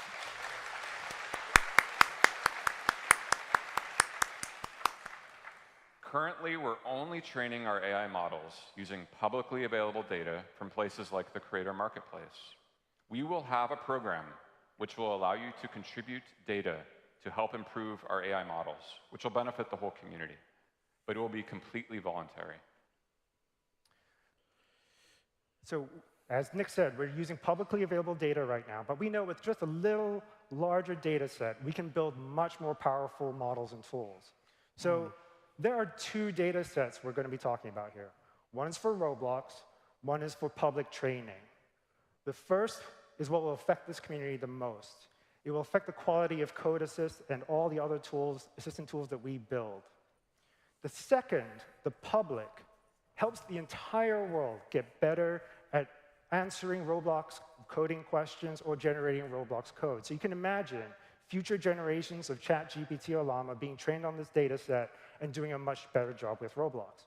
So we're rolling out a voluntary opt-in program that allows you to contribute some of your scripts to either one or both of these data sets. We're going to be sure to anonymize any sensitive information like API keys. And actually, our processing won't even take anything that looks remotely unique. We're mainly interested in code snippets that lots of people are actually using. So as a result, your secret sauce is always going to be safe. So again, it's completely voluntary. You can still use our AI tools, even if you don't participate. But if you do, you'll get access to the best models that we have. Yeah. All right, we hope that's really clear to y'all. And there's documentation and details on all of this on our website that you can learn more. But now let's shift to what these models will actually get you. And let's talk about learning. Whether you're brand new to Roblox or a seasoned veteran, our vision is that Assistant will help you get to answers faster. Here we see an example of a creator looking to improve the retention on their experience. They ask the assistant, and they get back a detailed list of things to consider and maybe steps to take to improve retention. These results are tailored to that user based upon what they've asked for and based upon the situation they're in. So you used to work at Zynga. Is that a pretty good list there? I think it's something we would consider, yes. That's pretty good then. Pretty good. We launched Code Assist back in March, but we were wondering, how else can we help? And the team thought, don't you just love reviewing someone else's code? Not yours. Yeah, but dude, I'm so out of practice. But luckily, now Assistant can do it for you. So here in this animation, what you're seeing is the creator going over to a script, wondering who wrote this and what does it do, highlighting the script and asking the assistant, please explain this to me. And what you see is the assistant quite verbosely explaining in plain English what the code does. And while it was at it, it discovered, hey, wait a second, there's probably a bug in here. Would you like me to fix it for you? It's not surprising. Ouch. Kick me while I'm down. It's pretty cool. That's actually cool. AI is coming, AI is coming to Roblox. So here's another take on the theme. It's a more general debugging case. So in this case, the creator knows that something's wrong. And it asks the assistant, why is my animation not playing? The assistant looks through the code and quickly finds a potential culprit, suggests a fix, and shows you exactly what it did. It's pretty cool. Yeah. And as you've already seen from Dan, Assistant can do all of this, but also help you iteratively generate entire scenes by harnessing assets from your personal inventory and those in the creator marketplace. Here you can see a creator interacting with Assistant. And in addition to the work that Dan showed, let's actually build this into a full game. So here we'll start with a little bit of a campfire. Let's have a game about collecting firewood. That's where we have some trees, but we're going to want different types of trees.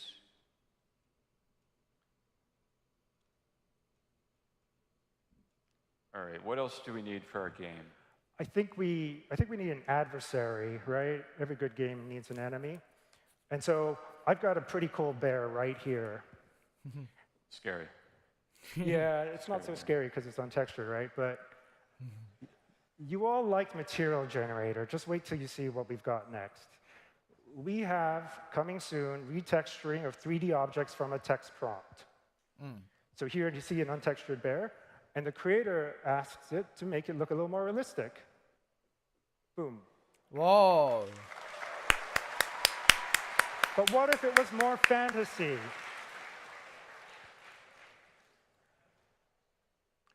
How can I get some of that armor for my teddy bear avatar? Glad you asked, because that is a fantastic reason for you and everybody here to go to Steph's live demo tomorrow. We're actually going to be demoing this live. It's pretty amazing stuff. Amazing, love it. All right, but how about if you've already got an experience that's alive? How can Assistant help you? Well, we all know that you who are running live operations for your games, you got to keep it fresh, keep people coming back. Let's see, it's September, October's coming up, Halloween. How about if we could add some Halloween theming to this experience we already have? Well, it needs to be a little scarier. That's pretty good. I think we need some props or something. How about, yeah, let's make it a graveyard. Cool. Oh, yeah. Some jack-o'-lanterns. What else could we do? How about like a crypt? Crypt, okay. And maybe we'll get some skeletons off the marketplace. A dead body, a skeleton, yep. Pretty good. I think we can ship it. I don't know if I'd ship that, but it's pretty cool. And we can't wait to see what you all how you all find ways to use it. So we've been talking about all these things we want you to be able to do, but how do you extend these superpowers to your users? We believe in the future of creation of anything, anywhere, by anyone, because creation is fun, it's powerful, it's inspiring, it's empowering. Yeah. And we're super excited that many of you have embraced that ethos with amazing building experiences that spark our users' creativity, like build a boat for treasure or islands. We're really excited to where you all take this, and I honestly believe that one of you out there is going to build a better studio than us. Most recently, we've been excited to see this new experience called World Lab from Super Social coming soon. They have built some pretty amazing in-experience, no-code building tools. These are the kinds of things that just might help spark that next level of richness for in-experience creation. Whoa! Pretty cool. So cool. But while creators you've been able to allow building these things, have always been kind of trapped within the walls of that one experience. Until now. For the first time ever in August, we made it so you could publish packages from Inexperience and save them to your inventory. You can see here how a user can customize the paint color of this car. And then take it out into their inventory. But this is just the beginning. So that car you just saw, it's now a platform package. If I inspect that car, I'll be able to see which experience built it. And we think that all this creation of accessories, packages, avatars, experiences, those all now become your next calling cards. Let's take avatars and accessories. You already have a sense of how important they're becoming. You saw that from the announcement of Roblox Connect and how prominently users are going to see their avatars, and we're really excited to see where you take them. We want you to be able to build experiences that let users build avatars, accessories, and items, and then take them across the platform. Each platform item created in your experience is your calling card.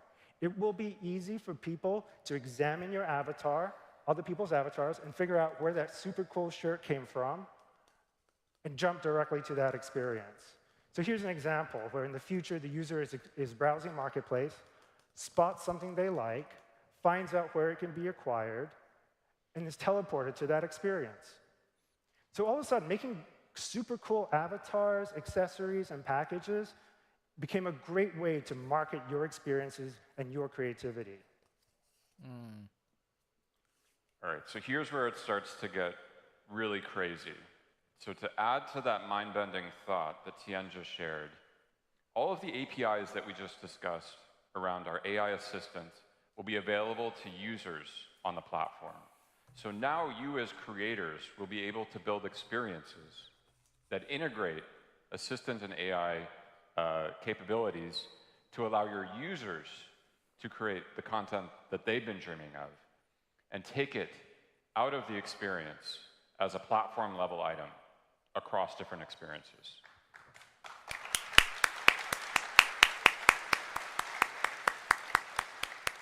So we're really excited to see what you all do with this. And ultimately, the goal is to empower creation everywhere. You'll be able to take whatever you created in one experience to another experience. Imagine an experience where you design a fabric, and you take that fabric out. Imagine another experience where you bring your fabric in and you design a coat using that fabric. Now you take that coat out, and now you go to an experience that lets you build a shop. And in that shop, you can put all the coats and other things that you've built. And you can publish that as an experience. Now you're running your own store. You haven't even downloaded Studio. You're just using different experiences to build an entire experience. You can even imagine taking that experience of that shop and putting it into a mall or some sort of larger city. It's a crazy web of creation. We think you're all going to be building on these foundational capabilities and helping each other build, whether that's making experiences that make other kinds of creation easy, or by providing cool plugins or packages on Creator Marketplace to empower other creators. And again, all of this creation, whether it's an avatar, an accessory, an experience, offers attribution back to the building experiences, creating more opportunities for you. So that's what we're doing. We're building this pyramid. It starts at the bottom with taking care of some basics of our core. Goes up to making our tools more flexible, so you can use the right tool for the job. And on top of that, there's this mind-blowing universe of possibility.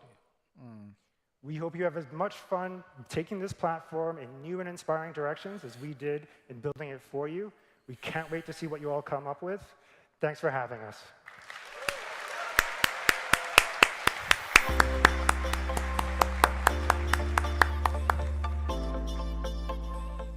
Please welcome Roblox Chief Partnerships Officer, Christina Wooten.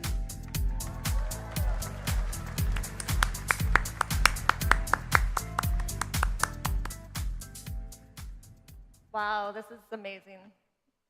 I just want to first acknowledge all of you. As I look around this room and I think about why we're all here today. I started working with Roblox over 10 years ago, and I've had the honor to meet and work with so many of you. And I have to tell you that I am constantly inspired by all of you. You are what makes Roblox, Roblox. We have the most amazing creator community in the world. Through your ideas, innovations, creativities, and perspectives, you are creating spaces for people to come together from all over the world, connect and communicate, and have fun while doing that. People can be their true selves on our platform through their avatar and express themselves through digital fashion and beauty. And there's the opportunity in so many aspects that if you don't see it, you can create it. And that's pretty powerful. Putting creation in the hands of people all over the world with different backgrounds and perspectives, sharing your creations and joy with one another, democratizing industries, creating experiences that truly make a positive impact in people's lives. You are shaping the future for the better. Our community is growing, it's expanding. And when we say community, we're talking about all of you. Our amazing avatar item creators. We have over 2.3 million avatar item creators. Our incredible developers who have created over 15 million experiences on our platform. Brands, talent, and influencers in the room. You are also part of our growing community. There have been over 200 brand activations on Roblox with amazing year-over-year growth, and we're seeing tons of momentum. And over 275 million views of Roblox content every single day on YouTube. We see this community as an amazing ecosystem, a flywheel, all connected and helping each other drive discoverability, innovation, and amazing us, exceeding what we ever thought was possible. And new opportunities are emerging as this new ecosystem is growing. Many of you have been creating your own experiences on Roblox for years, some over a decade, and creating successful businesses by creating your own content. Roblox has also become a medium for brands to connect and engage with people all over the world, and they're creating experiences and avatar items with many of you here today. That brings us to this massive opportunity for both brands and creators to collaborate together. We're seeing more and more creators building experiences and businesses on our platform by creating for and with brands. Now, why is this such an exciting time, an opportunity to collaborate? Things are changing, and how we connect online has evolved. 20 years ago, the web was born. We consumed media, we read lists, sent emails, and visited brands' websites. Then, through social media, we started connecting with each other, sharing personal content at scale with our subscribers and our followers, and they consumed content at any time. Then brands entered the conversation, and they added value and amplification. We are now seeing over 65 million people every single day coming to our platform and connecting and communicating together with their friends. So similar to when brands and artists were first thinking about creating their website and then their social media channel, this is a new medium for them to come together, connect with people all over the world. Only instead of reading individually, watching videos, or scrolling, Roblox offers an opportunity that is immersive and truly social with massive scale. And our global audience continues to grow as Roblox is becoming a platform for everyone. We envision 1 billion users a day coming to Roblox to connect and communicate while doing things they love.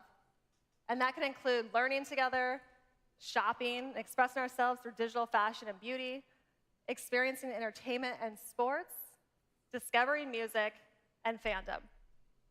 And already we're seeing amazing experiences in all different genres being created by many of you today. So just like in the physical world, people want to connect and engage with their favorite brands and talent on Roblox. Brands became a big part of our community. And why do brands want to be on Roblox? All of you. They want to learn from you, collaborate together, bring stories to life. Yeah. You are the experts who have been creating on Roblox for years, some over a decade. Yes. Your knowledge, creativity, and ideas are invaluable. If you each take a moment to think about your favorite brand, artist, celebrity, is there one you'd want to collaborate with? Well, guess what? Chances are they want to collaborate with you too. And many of you are already collaborating with brands and talent. Apeirophobia, Deep Woken, Frontlines, Piggy, Survive the Killer, integrated music from rock band Metallica, and had over 20 million listening sessions. The Gang partnered with Warner Brothers to integrate Shazam into Strongman Simulator and help drive 11 minutes on average session time. At its peak after launch, Strongman Simulator doubled its average daily new users and increased retention. Batimo partnered with NASCAR to integrate into Jailbreak and had a great example of a long-term collaboration. They partnered in 2021 and built a fan contest where fans designed skins and developers integrated those cars into the experiences. Following the success, NASCAR, the developer, teamed up again in 2023, and this time for a unique experience with a semi-truck in Jailbreak and a cross-promotion between Jailbreak and the NASCAR Speed Hub. Months after the launch, NASCAR vehicles are still being traded and loved by our community. These collaborations are driving enormous impact for both brands and developers, and we're looking forward to seeing all the future collaborations. It's exciting to see our partners in our community come together to innovate. Carly Kloss, a supermodel and entrepreneur, is collaborating with the community to empower creators and bring access to fashion. Here's an example of how the physical and digital fashion worlds are colliding. All right. Let's have a look. When I first started meeting designers on Roblox, I realized that their process is very similar to many of the traditional fashion designers that I get to work with. Talented creators like Build-A-Boy, Reverse Polarity, Trinity Rift, Furious, and Lovespun create for an audience who use digital fashion to express themselves. I've worked with each of them to evolve their editorial vision into custom collections based on different eras of fashion, and you can buy all of those collections in our pop-ups. And coming soon is an exciting update of Closet, really pushing the creative boundaries with new avatars in fashion. Brands, talent, and creators are coming together with a purpose. Elton John came to Roblox and collaborated with developer Sawhorse, and over 20 avatar item creators like Builderboy, Rush, Lovespun, to create Beyond the Yellow Brick Road. What was so special is that this experience not only included his amazing music, his iconic fashion, but a message for us all to express ourselves and be anybody that we want to be. And that is what millions of people all over the world come to Roblox for.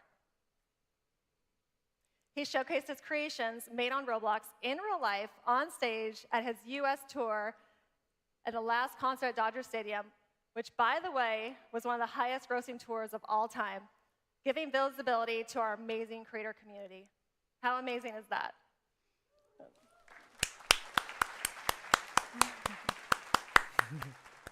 We have a special surprise. Elton wanted to be here today, but he wanted to send this message to you all. Hi, everyone. I'm sorry I can't be there, but I wanted to send this video to say thank you for all your love and support of Beyond the Yellow Brick Road. I've lived my life as an avatar, believing that you should be proud to be whoever you want to be.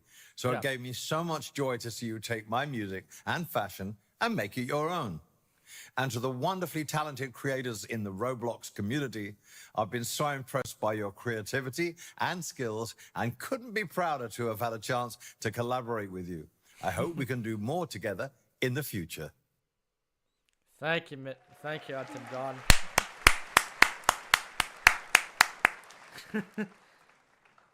There's also an amazing opportunity on Roblox as we see fandom growing. On Roblox, it's not just about discovery of artists, but fan communities. Other platforms enable this in one of three ways: artist to fan engagement, fan to artist, or fan to fan. But on Roblox, not only are all three enabled, but uniquely happening at scale. Of 200 of the most popular musicians in the world, we found tens of thousands of fan-made experiences and groups on our platform. They're creating immersive social experiences, having real-time interactions with each other and artists, encouraging community recognition. You may have seen in Dave's presentation, Twice, the K-pop phenomenon, came to Roblox this year working with developer Carta, and their fans not only have created deeper relationships with each other, but also with the group, sending over 35 million fan notes, and this launched in March. When you collaborate with brands, here's what you can expect. They are keen to create meaningful connections and experiences. They want to work with you, they want to learn from you, and they want to add value to the community. Alo Yoga, whose mission is to bring awareness globally to wellness, wanted to create a space on Roblox that provided our community with a place to practice well-being. They worked with Sawhorse, influencers, and avatar item creators to bring the Alo Sanctuary to life. Through this experience, there were over 20 million meditations in the first 4 months, and to date, nearly has over 93 million visits. There is a big opportunity to do something different, to storytell, to inspire, to create purpose-driven and meaningful experiences. And brands authentically believe in what you're creating together, and they want to share that with the world. They're using their owned and paid marketing channels to promote and drive to experiences and digital fashion on Roblox with widespread media coverage and massive social reach. In addition to brands, influencers are a huge pillar of our content ecosystem and have a vested interest in amplifying amazing, compelling experiences. In June of this year, we saw an all-time high of 275 million views per day on Roblox content on YouTube. When an influencer like Flamingo posts a video about an experience on Roblox, we see a daily active user spike, which means many of you also see a daily active user spike. This year, we've recruited 50 new influencers into our program, supporting new languages like Japanese. And we're excited to continue to see this group expand. Today, collectively, we're seeing our community really engaging with brands. There are approximately 2.3 billion visits to branded experiences, around 2 million daily active users in branded experiences, and they are spending on average nearly 12 minutes engaging in branded experiences and exploring together. But it's more than just numbers. Yes, we have massive scale and engagement on our platform, but something else is happening here. It's no longer about passively reading or watching something or scrolling through images alone. Whether you're playing a game, attending a concert, hanging out with friends, or shopping for a new outfit, real 3D memories are being created together. Now, when I was younger, I used to hang out at the mall, and that's where I spent time with my friends. After school or after work, that's where people like me would connect. 25% of all US malls will be closed by 2025. Think about that. On Roblox, people are together. They hang out, they shop, and we believe that social shopping is a massive opportunity for our community. Many brands are already seeing more visits to their Roblox experiences than their websites. Shopping is already one of the main behaviors on our platform as well, and it has been for the past decade. People search and purchase virtual items for their avatars daily, and there were 1.8 billion items sold in 2022. So we're excited to see what you all continue to create, including new experiences like shops. More to come here soon. Now, as our community grows and more experiences are being created by creators and brands, the more discovery becomes. Immersive ads allows members of the community to drive discovery and awareness for what they've created. Immersive ads are not just for brands. We also have seen many of our developers leverage the system to teleport people to their experiences and are seeing great results. Advertising here is still about the community and is designed to be additive, not intrusive, to our experiences. With some early advertisers, we saw, in addition to driving discovery, many people joined with their friends organically. There was a 9% organic lift from portals through friends joining and teleporting, and users returning to the experience. Additionally, some advertisers saw up to 20% of users redeeming digital items after they portaled. As the community expands and our ecosystem grows, opportunities for monetization continues to evolve. A great feature of immersive ads is the dev payouts tied to them. Developers insert ads, and then they receive rev share off of ad revenue. We saw cumulative payouts increase 30% in June, and as a result, saw a number of publishers increase by 50. And it's exciting to see these expanding opportunities with immersive ads. We're going to keep supporting these opportunities. And as you saw in Nick and Tian's presentation, examples of all the ways we are constantly pushing beyond what we could have ever imagined, using new tech, feedback from the community, and each other to create amazing experiences and virtual items. So today, we're excited to share some really amazing experiences coming out of our Roblox Community Fund. These partnerships help demonstrate the promise of teaching and learning immersively on Roblox. Through the Community Fund, Roblox continues to invest in outstanding educational partners and developers to bring rich, compelling subject areas to life in interactive, dynamic experiences.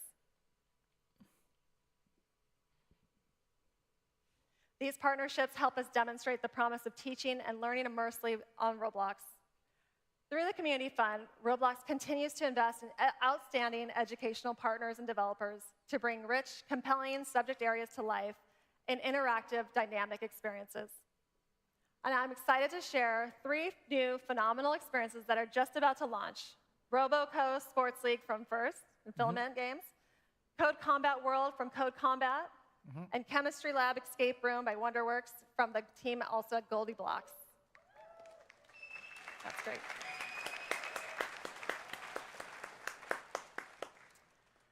Game Fund is another way that we ensure we are supporting a diverse group of creators internationally. Those in the Game Fund have demonstrated how they are looking to build the next generation of experiences on Roblox. I'm gonna stop right there. I always love it when I was in a different country, but 3 hours behind the result, an extremely dedicated viewer. Yeah, because every time, you know, if anyone wants to watch my live stream, I could actually get more entertainment from my live stream, because I want to keep on growing on my channel, and that's what I actually wanted to do. It's a commitment to build something unlike anything else that we've seen and take their experiences to the next level. Let's take a peek at what is coming.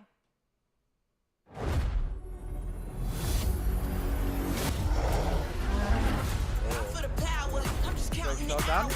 My inner beast is ready to feast. Competition devoured. You ready? This is the moment. How bad do you want it? Right, pause. You're all and you'll never fall against any opponent. Right. This is my life. Hit 'em down for the fight. Hit 'em left and right. This is my light. It's blinding and Turn bright. off zeros. Keep it steady right now. I'm a legend. I'm ready right now. Who's gonna stop me once I get it lit? Born great. I was made for this. Legendary, the queen of the ring. Look at me. I'm supreme in this thing. Had my back against the ropes now. They all telling me I'm dope now. Mama told me that the sky's the limit. I say, Mama, just wait a minute. Got a greater vision, and with such precision, I'ma knock 'em out the way like a collision. Leave an impact. They don't get that. So One line, yeah. I played that game. Playground basketball. What does greatness mean to you? Nice. 5 more hunt.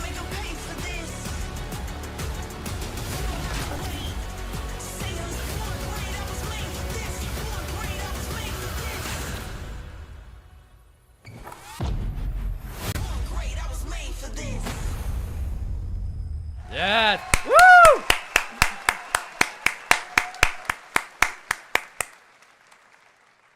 This is such an exciting time. I also want to announce 3 new experiences that are alive on Roblox today. Playgrounds Basketball, Eternal Heroes, and School Beat. Go check them out. Woo!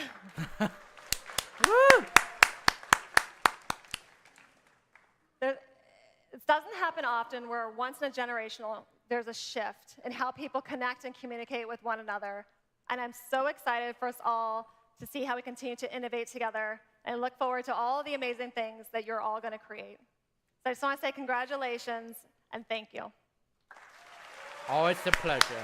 Always a pleasure. Please welcome Roblox Vice President of Global Marketing, Neha Narang.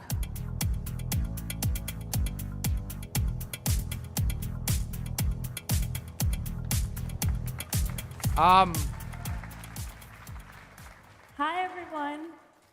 So let's get started with our final and most anticipated session of the day. So please join me in welcoming back on stage David Bazuki, aka Builderman. I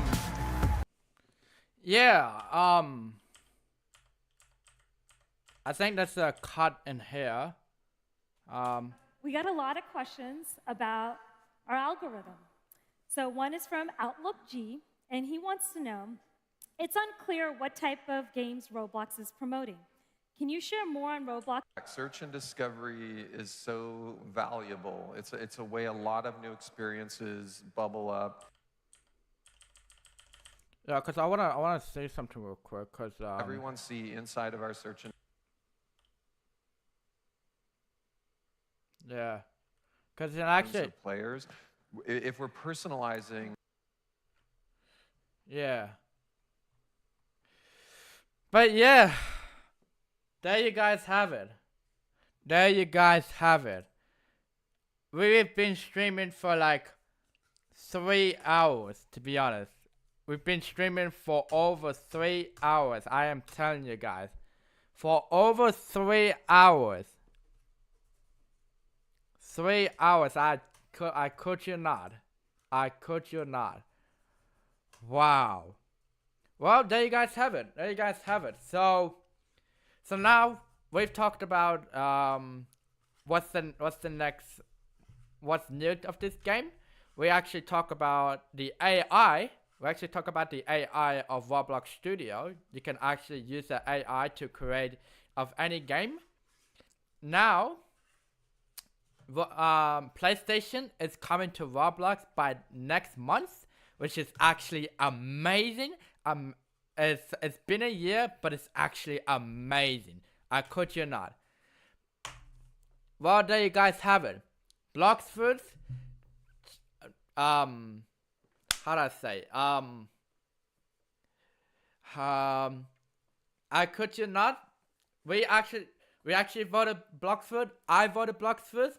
There it is. Bloxford is one of the most popular Roblox fighting game and Roblox skill of that game. That is one of the most popular game I've ever heard. There you go. There you go. 510,000 of players have been playing that game. Wait, that's it? Yeah, that's it. That's the end of the that's the end of that live stream, because they actually just cut out for no good reason. But yeah, there you guys have it. We actually talk about the how we used to say, how we use like our communication skills, why we came here, and we try to use a protective services, so that way we can stay protected, and let's not try to annoy one of those toxic players, because we're trying to keep it clean on my channel, on my TikTok. If you guys want to follow TikTok, you can do that as well. I'm trying to make my channel clean, so that way I can create more any video Roblox videos or reaction videos, etc.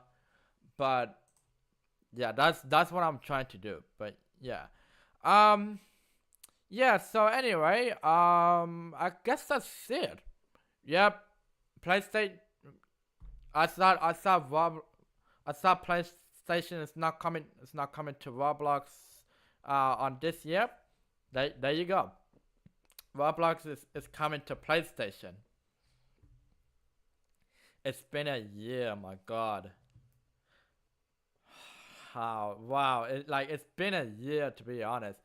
It's been like a wow. It's like, yeah, it's been a year. It's been a year since they haven't released a.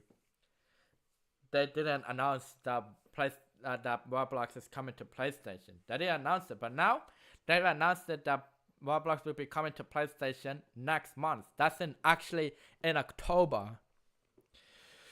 But yeah, I guess that's it right there. Am I gonna sleep for a while? Actually, no, I need to go to the toilet real quick. I think I need to eat something real quick. I haven't eaten a lot. I haven't eaten quite a while, but yeah. Yeah, I guess that's it, I believe. So if you have any questions about RDC 2023, if you have any questions about what's this new updates that we that they've discussed it on, how do I say, the keynote, do let me know in the comment section down below, or ask me a question on my Discord DM. So I'll try my best to answer one of those questions. So I don't know. I am 80% no of Roblox. I would say 15% of don't know anything of Roblox. So if you have any questions, do let me know. Yeah, just let me know if you have any question. But yeah, that should be end of the live stream, I guess. So tomorrow am I gonna create another reaction video? So hopefully I'll try my best to do the reaction videos. So yeah, I guess that's it. So yep. Anyway, so guys, thank you guys so much for watching my live stream.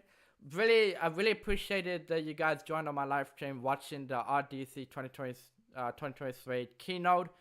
Really appreciate it. So yeah, so do let me know in the comment section down below, or you can ask me any questions through my DMs on Discord. I'll try my best to answer of your question. And yeah, just please like and subscribe. Really appreciate it. We're almost so close to 1K subscribers. So if you haven't already, please subscribe. I really appreciate it. And yeah, and turn on the notification bell.